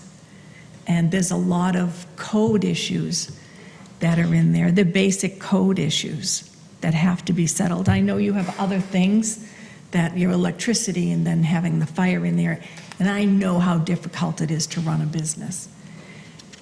But there are certain safety things that we have to do as owners to ensure the safety and health of our people, the customers. And keeping your food to code is one of them. What are your plans for, you have 2 walk-ins down there, is that correct? 1 freezer and 1 cooler. Yeah. All right, and the freezer, is that where the chicken is? We have some chicken in there, but like 90% of it would be in the walk-in cooler. And when your food comes in, where does it come into? Does it go directly into the basement, or does it come through the building? Goes through the building to the basement. Downstairs to the basement? Yes, Is it delivered, or do you pick it up and bring it? delivered. It's delivered. Like So when, 90, yeah, most of it. all right, so when they bring it downstairs and they put it away for you, is that correct? No, we put it away. All right, so they come in and they drop it off, and you bring it downstairs Correct. and put it away? No, they bring it downstairs, we put it away. Okay. So I know you know all the issues that Shannon has gone over with you, but all of the sanitation issues as far as labeling and keeping the chicken proper, and I looked at your menu and I'm thinking, how do you supply all those things in such a small space? That has to be very difficult. But when you do it, it has to be done to code with dates, and you have to make sure that the chicken's not over other vegetables or, So I don't think we had any issues with labeling or dates, and I think that our chicken is below everything. I think maybe there was just steak maybe put above something. Other than that, our chicken is close. Our chicken is not above, raw chicken is not above any cooked foods. it isn't, okay. And when you say you're going to do downstairs, you're lucky you have a basement. So when you have, what is it you're going to do that's going to bring that basement to code? So our goal is, I've spoken to Shannon about what it would take to bring it to code, and I told her what I was telling the contractors that we're having looking at it. I'm like, this is what I'm telling them, what am I missing? So we got to put 2 sinks, 1 hand washing, 1 prep, and fireproof walls, drop ceiling, coved baseboards. I don't know if I'm missing anything. Just but washable surfaces. yeah, Really? washable surfaces. We have wooden shelves, so we get rid of those, which isn't a big deal. We just put new stainless steel shelves. If we can fit it possibly put another refrigerator. That way the food would be better, more organized, just You have have, more storage. is there any place to prep upstairs? Yes, There is. that's where we do our prep, yeah. In terms of floors, in the basement, where they plan to have a code-compliant food prep area, does the food safety code stipulate that if it's concrete, that it has to be a painted surface, so it's washable, that it's not permeable? I think you were talking about putting tile. We're thinking, we're gonna put epoxy, Yeah. which Okay. we're told would be the, That'd be the, yeah, I mean, we're, the only thing that's been holding us back, we would have already applied for the permits, is the plumbing is a bit of an issue. Yeah, once we figure the plumbing out, I think Yeah. we'll have a plan. Is there floor drains down there? No, and the drains that are upstairs, they're concrete all over it. Do you have floor drains upstairs? Yeah, yeah, we can't get, there's no access to it, so we're gonna have to destroy some of the, we had a plumber look at it.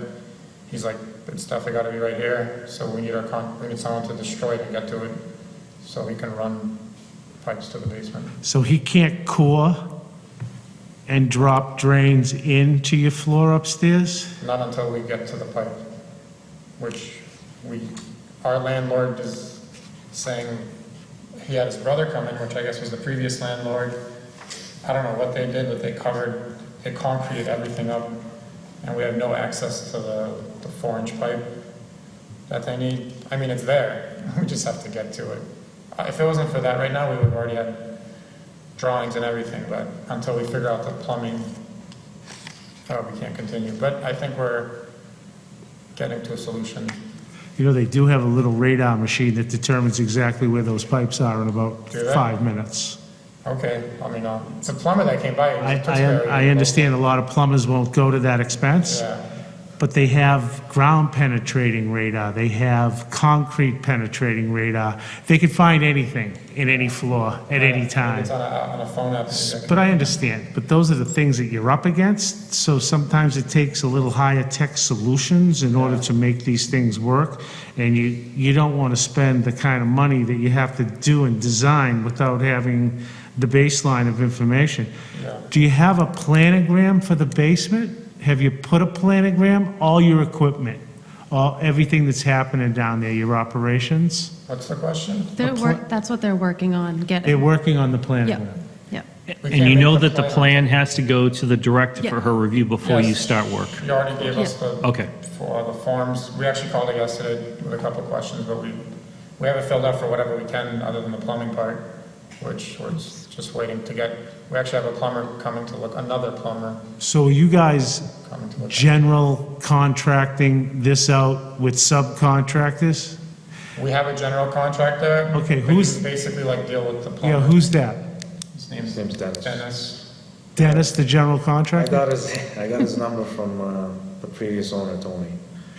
You want to give that name to our health director. We'd like to know who the general contractor is. Sure. That's, and maybe he's on the permit for the electrical too, I don't know. But we want to know who the general contractor is, because some of these questions need to be directed to the general contractor, not you guys. It's unfair to direct them to you, Yeah. because you're restaurateurs. You're cooking chicken and other stuff, making pizza, right? This isn't your forte. Maybe you want to go into the restaurant building business at some point in your life, I don't think so. But let's see if we can't get together with a roster of who's doing what over there, so that if we have any questions, the director can field those questions to the general contractor, and we'll at least get an answer before something tragically goes wrong or a mistake is made that forces you to start all over again, or worse, Yeah. spend too much money. Our plumber, actually, the plumber that we were considering hiring, he actually called the plumbing inspector already and asked him, do we need this, do we need that? So he made sure that whatever he was considering doing is. I think that's a great idea, and I Yeah. think the faster you get that information, the better off everyone is, because it's all about getting you back into business and getting you a clean bill of health. It is. If I may, Oh, go ahead. I just had a couple of questions. Only after looking through everything that Shannon had given me, when you do sauteing in the restaurant? You use your pans and you saute Yes. your meals. How large is your stove? There's Just reasons two. for me asking these questions. Just two. Oh, just two? burners, yeah. Okay. And your grease, I saw one thing where there was grease that was left in the restaurant.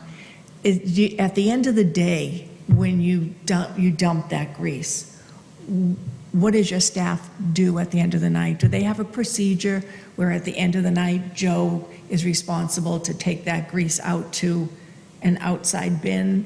Yeah, we have 4 oil tanks.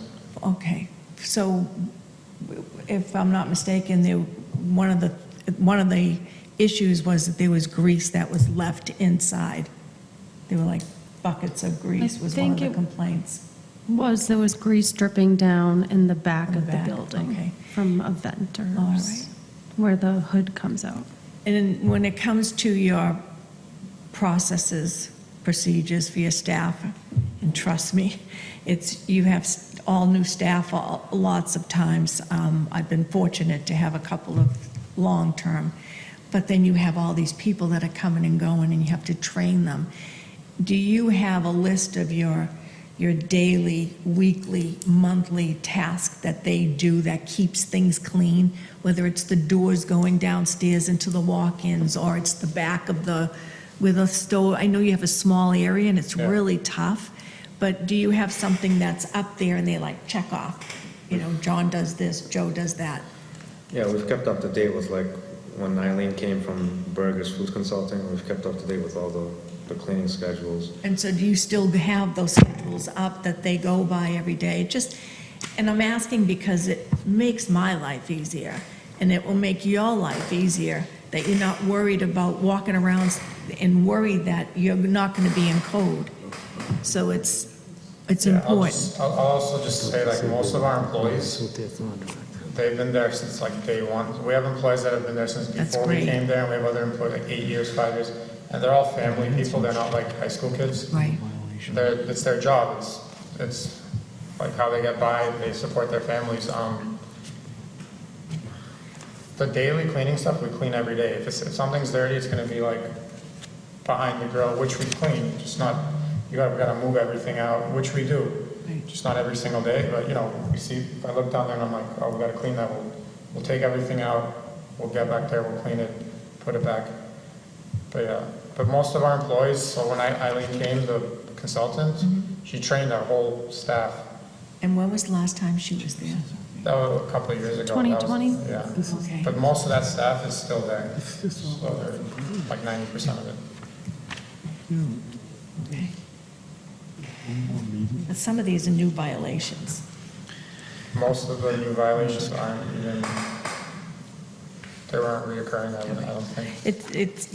It would just be great if it's nice to know that you do have that procedure, and it's great to be able to say, done, done, done, and you can just not worry about it, because it's very important. Thank you. Thank you. So Director, if you could just review the food establishment inspection report that was conducted on the 27th, because there were some out-of-compliance issues which point to issues that would be, to me, addressed on checklists, whether a daily or a weekly. The cleaning? The cleaning, So there were scoops stored in the flour, sugar bins. Evidence of food prep in the basement, such as food splatter on walls, floors, etc. Evidence of rodent droppings in the basement. There were old rags left on the table that's downstairs, sauce containers, onion peels observed, food scraps observed. So I'm just saying, if she's going through that list, if there's a list that they truly go by, that wouldn't be on here. And I know back in 2020, we had the floor kind of like sealed in the basement, but over time, that obviously goes away. So that floor started to not be sealed. The gasket on the refrigeration unit downstairs had buildup. Just going through the photos. I wasn't there physically, so I can't, just. So going based back on that and- inspection report and the photos and the history we've had here, do you think it would be appropriate for us to have them engage a food safety consultant again, so that we know that when they reopen, that they're reopening with everything in a food-safe manner?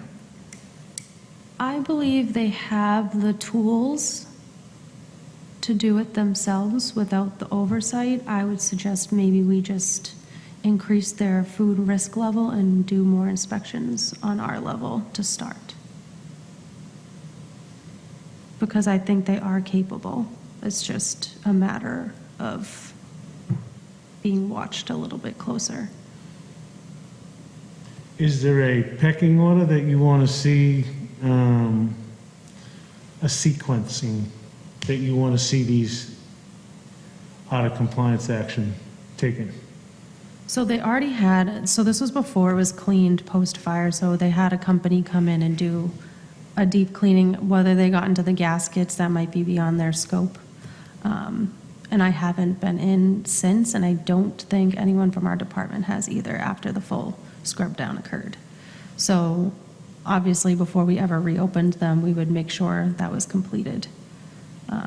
So really, just if there's like an immediate threat to public health, which would be having pest control come out to make sure there's no evidence of droppings or entry ports for those types of things to get in, I would say that is number one, because we wouldn't reopen So without nothing would that. stop them from doing the pest Correct. And management- I've already kind of had that pest management, having conversation. someone come in and take a look at the pest management Yep. and say, make any recommendations that Correct. would be necessary so that they don't get stuck at the end Exactly. with an inferior pest management program, right? And hopefully the general contractor would be able to themselves or subcontract someone that can caulk up all the open gaps and I think the seal up the renovation openings. would, of the basement would definitely The help. pest control that we have does that. So we don't have, the pest issue, we had some mice come in when there was construction on the streets. We don't like walk in there and there's just mice everywhere. It's been like one or two here and there. But recently, the past year has been literally the worst. But it started just from the construction, that if we do construction now, it's probably gonna push them Yeah. away, I would hope. But Well, the other problem is that sometimes when there's construction going on in other parts of the building, yes, they end up leaving yes. and coming somewhere else, right? So it's sort of a holistic type of situation. You can't just say, I'm going to pest the closet and then have all this work going on in the rest of the building, right?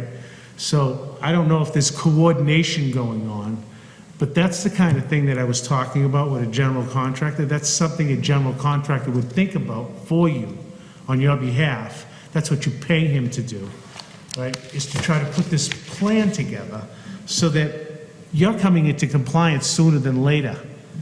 And at the end of this process, we're not looking at it going, that's insufficient, or that's not going to be good enough, don't open. So we're hoping that, Dennis, the GC, can try to put some of these things together. And when someone says seal up the holes, that means an insulation company comes in and does that. And that's part of the GC's job, is to make sure that some of those things are shut off completely, whether it means concrete, whether it means some animal-resistant type of product. But those are the types of things, I think, from a big picture, is money well spent, because it's lasting. It's long-lasting. It keeps you in compliance for a long time. So just from a standpoint of sequencing, protocol, that's why I was asking, is there an order that she would like to see? That's the question for GC Dennis, is can you help us with this? Can we address these things? And Dennis would generally just write a little narrative, a paragraph of what he did. And that paragraph ends up over here, and it's done. You don't have to go back and revisit it. Or if you do have to revisit it, the deficiencies are easily recognizable, right? So, that's all I have. So one of the issues that we face when we've had keeping of animals issues is folks required to have a pest control plan. We've actually had a public health issue at a site where there were issues about that. We're concerned. So in looking at the exterminators reports, there's a lot of mention almost on a monthly basis for the reports that the bait stations around the dumpster need to be restocked. So my question for both of you is, what is the purpose of those dumpsters? Is that for the grease disposal or food waste? So actually, we are dealing with the landlord on getting, the dumpsters are not enclosed to there. And that was part of Michelle's conversation with the owner when this all happened, because there's grease dumpsters out there. And that was an isolated situation on this side of the building, but God forbid, those would obviously ignite. So we're working on getting an enclosure for that area. Which is great. One of the things that our landlord did, and it worked out great, is I don't know if you have other food places where you are, but we combined the grease. We've got the same company, and he enclosed everything in the back, including the trash. Everything was enclosed. The grease goes back there, and everybody sort of chips in for all of that stuff, which works out great. So every night, your guys or women will just take the buckets out there. It's all closed in. And when it gets all disgusting, you just call the company, they come out, they bring you a new big barrel, and it keeps it really clean. Yeah, I just recently requested all new barrels. He said he's getting new ones in, like, as soon as he gets them in. That's another thing. Yeah, I've got a great company. Yeah, it's, Because if you can eliminate, that's sort of an attractive It's huge. nuisance for the rodents. And if you can Yeah. eliminate the source of rodents outside, that should greatly lessen the chance that rodents will make their way into your building. So you're not, once they're in the building, you're reactively trying to fix the problem. Proactively make sure that you eliminate a source outside for them to even come around. And the same thing goes for the boxes. When the cases come in, whether it's the vegetables or whatever, and you bring it downstairs, you want to get those boxes out immediately. And that's the first thing we do, is empty everything out, because bugs stay in the boxes. And so you want to clear them and put them in the dumpster right away. It's the little things that help. Yeah, we do. I mean, the only things that are in boxes are things that we can't really put in. I mean, things that, like if there's a box full of bags, we take the bags out, Yeah. throw the boxes away. Right.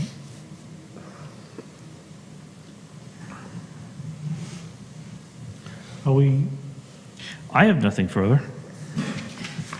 so are you expecting a report on an update? I would suggest monthly pest control reports be sent once you're reopened, and a cleaning schedule be sent as well to us monthly.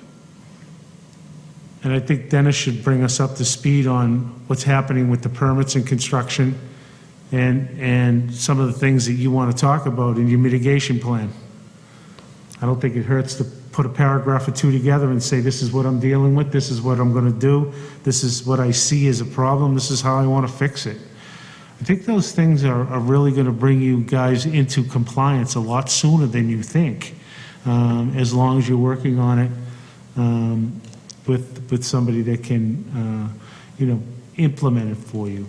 So you think like they'd submit a weekly status update? I don't to the think director, or- weekly, I don't think weekly is necessary. I think it's going to take a week to put something together, and I think it's going to take a week to implement it, and I think it's going to take a week to look at it and see if it's working. So it should be a monthly status report, or at least, let's say, a 3-week status report. Try to get 2 in every month. if you can.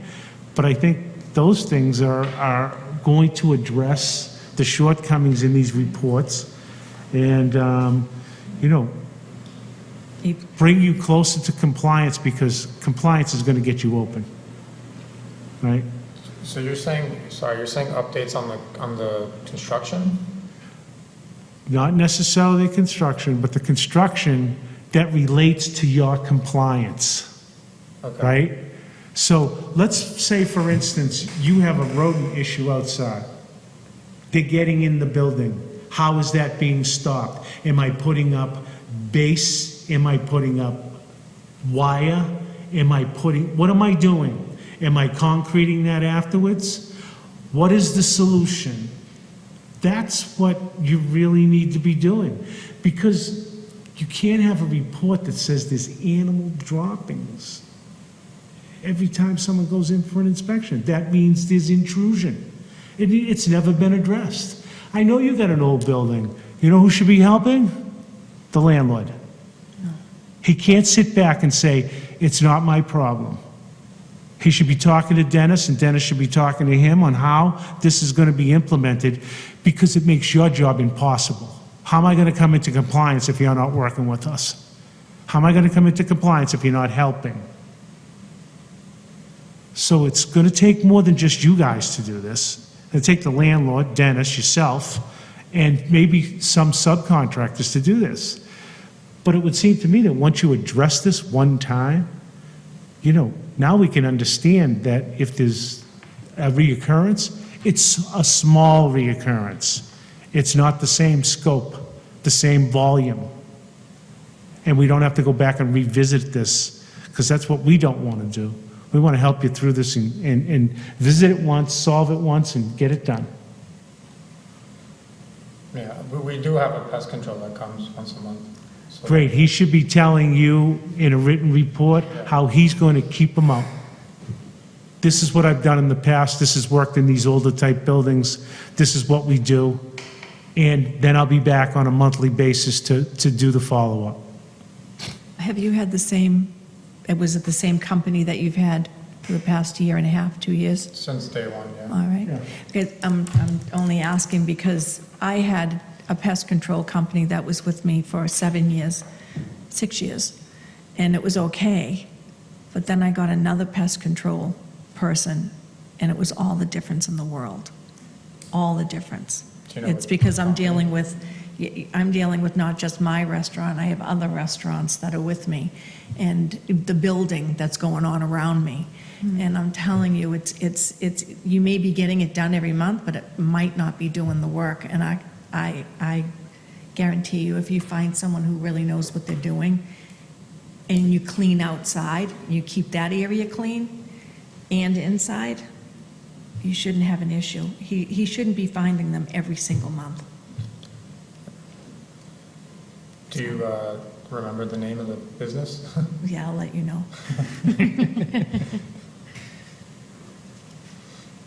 Okay, anything further? I don't think so. Okay. So you'll be in touch with Shannon, she'll figure out what you need to bring in, and you know, we wish you the best of luck. We're here to help. It sounds like a restaurant makeover, so take full advantage of this, and when you reopen with brand-new and clean things, follow those checklists. And the building owner has to be a part of this. I just want to tell you that we're doing regulations where the building owner is the key. We don't even allow permits unless the building owner is in on it and responsible. That's where our board is going. So let them know. Because that's where our regulations are going. When you do a permit, we're not just letting the landlord off the hook.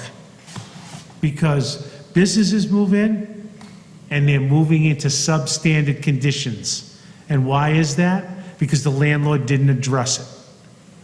It's not ready for lease. It's not ready for occupancy. So those things need to be addressed. Not like we're coming after him tomorrow. We'd like him to help. And that really should be what he's saying is, what can I do? How can I help? That's all I have. Thanks, guys. And I Okay, well, thank thank you. you I for coming appreciate before. you being here. Yeah. Is That's it? Yep. All right, thank you. Have a good night. Thank you. You too. Okay, so moving on with the agenda, we have old business, just a update in the Olivera farm. Christine from Animal Control went to the property on the 15th, August 15th, to check on the property as well as the animals. She stated in her report that it was the best she's ever seen the property since she's been going there. She couldn't tell the condition of the ponies and the goat that were there just because they were further away. She did notice that there was no access to hay, but in the storage area, they did have access to graze in the field. That might be why there wasn't any out there, but that's all I have. And then I'll just add that I did speak with Town Council Kevin Feely this afternoon, and since the Board of Health order is still not been complied with, and it's been $100 a day fine with each new day constituting a new violation, and we're approaching a year now, Kevin Feely and the director will be writing a letter that will go to the lawyers and the involved parties, just reiterating that, reminding that they're in continued violation of the order and letting me know what the dollar amount of the fine is now as of that day, just as a reminder for them. So moving on to director reports.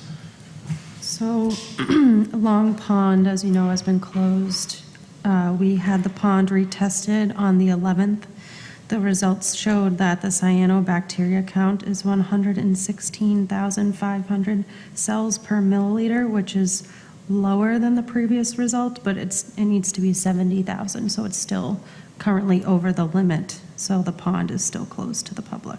And the extended drought is not helping mitigate the situation. No. So we plan on having the state do a test next month because they're willing to do testing.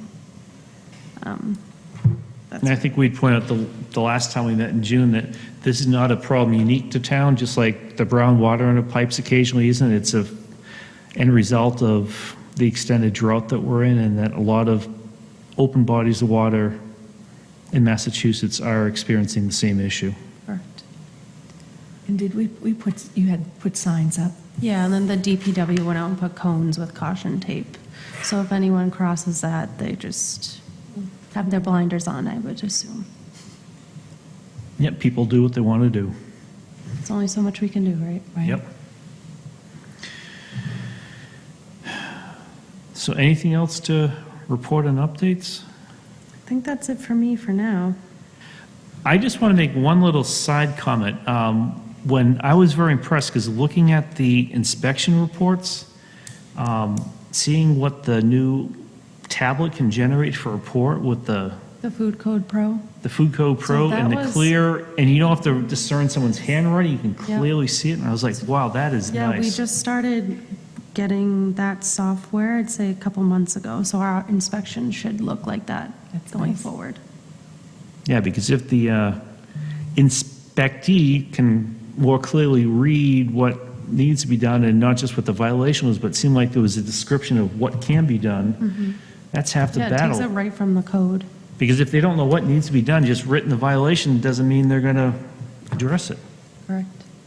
Well, you assume they know how to fix Yeah. the problem. I just have one comment with the kids going back to school. Fentanyl is a huge problem, but there is a drug 10 times more powerful than fentanyl hitting the streets. It's being put in everything. Recreational drugs are not safe anywhere, bought from any source. And this drug appears to be 10 times, it could be even more powerful than fentanyl, and it's being spread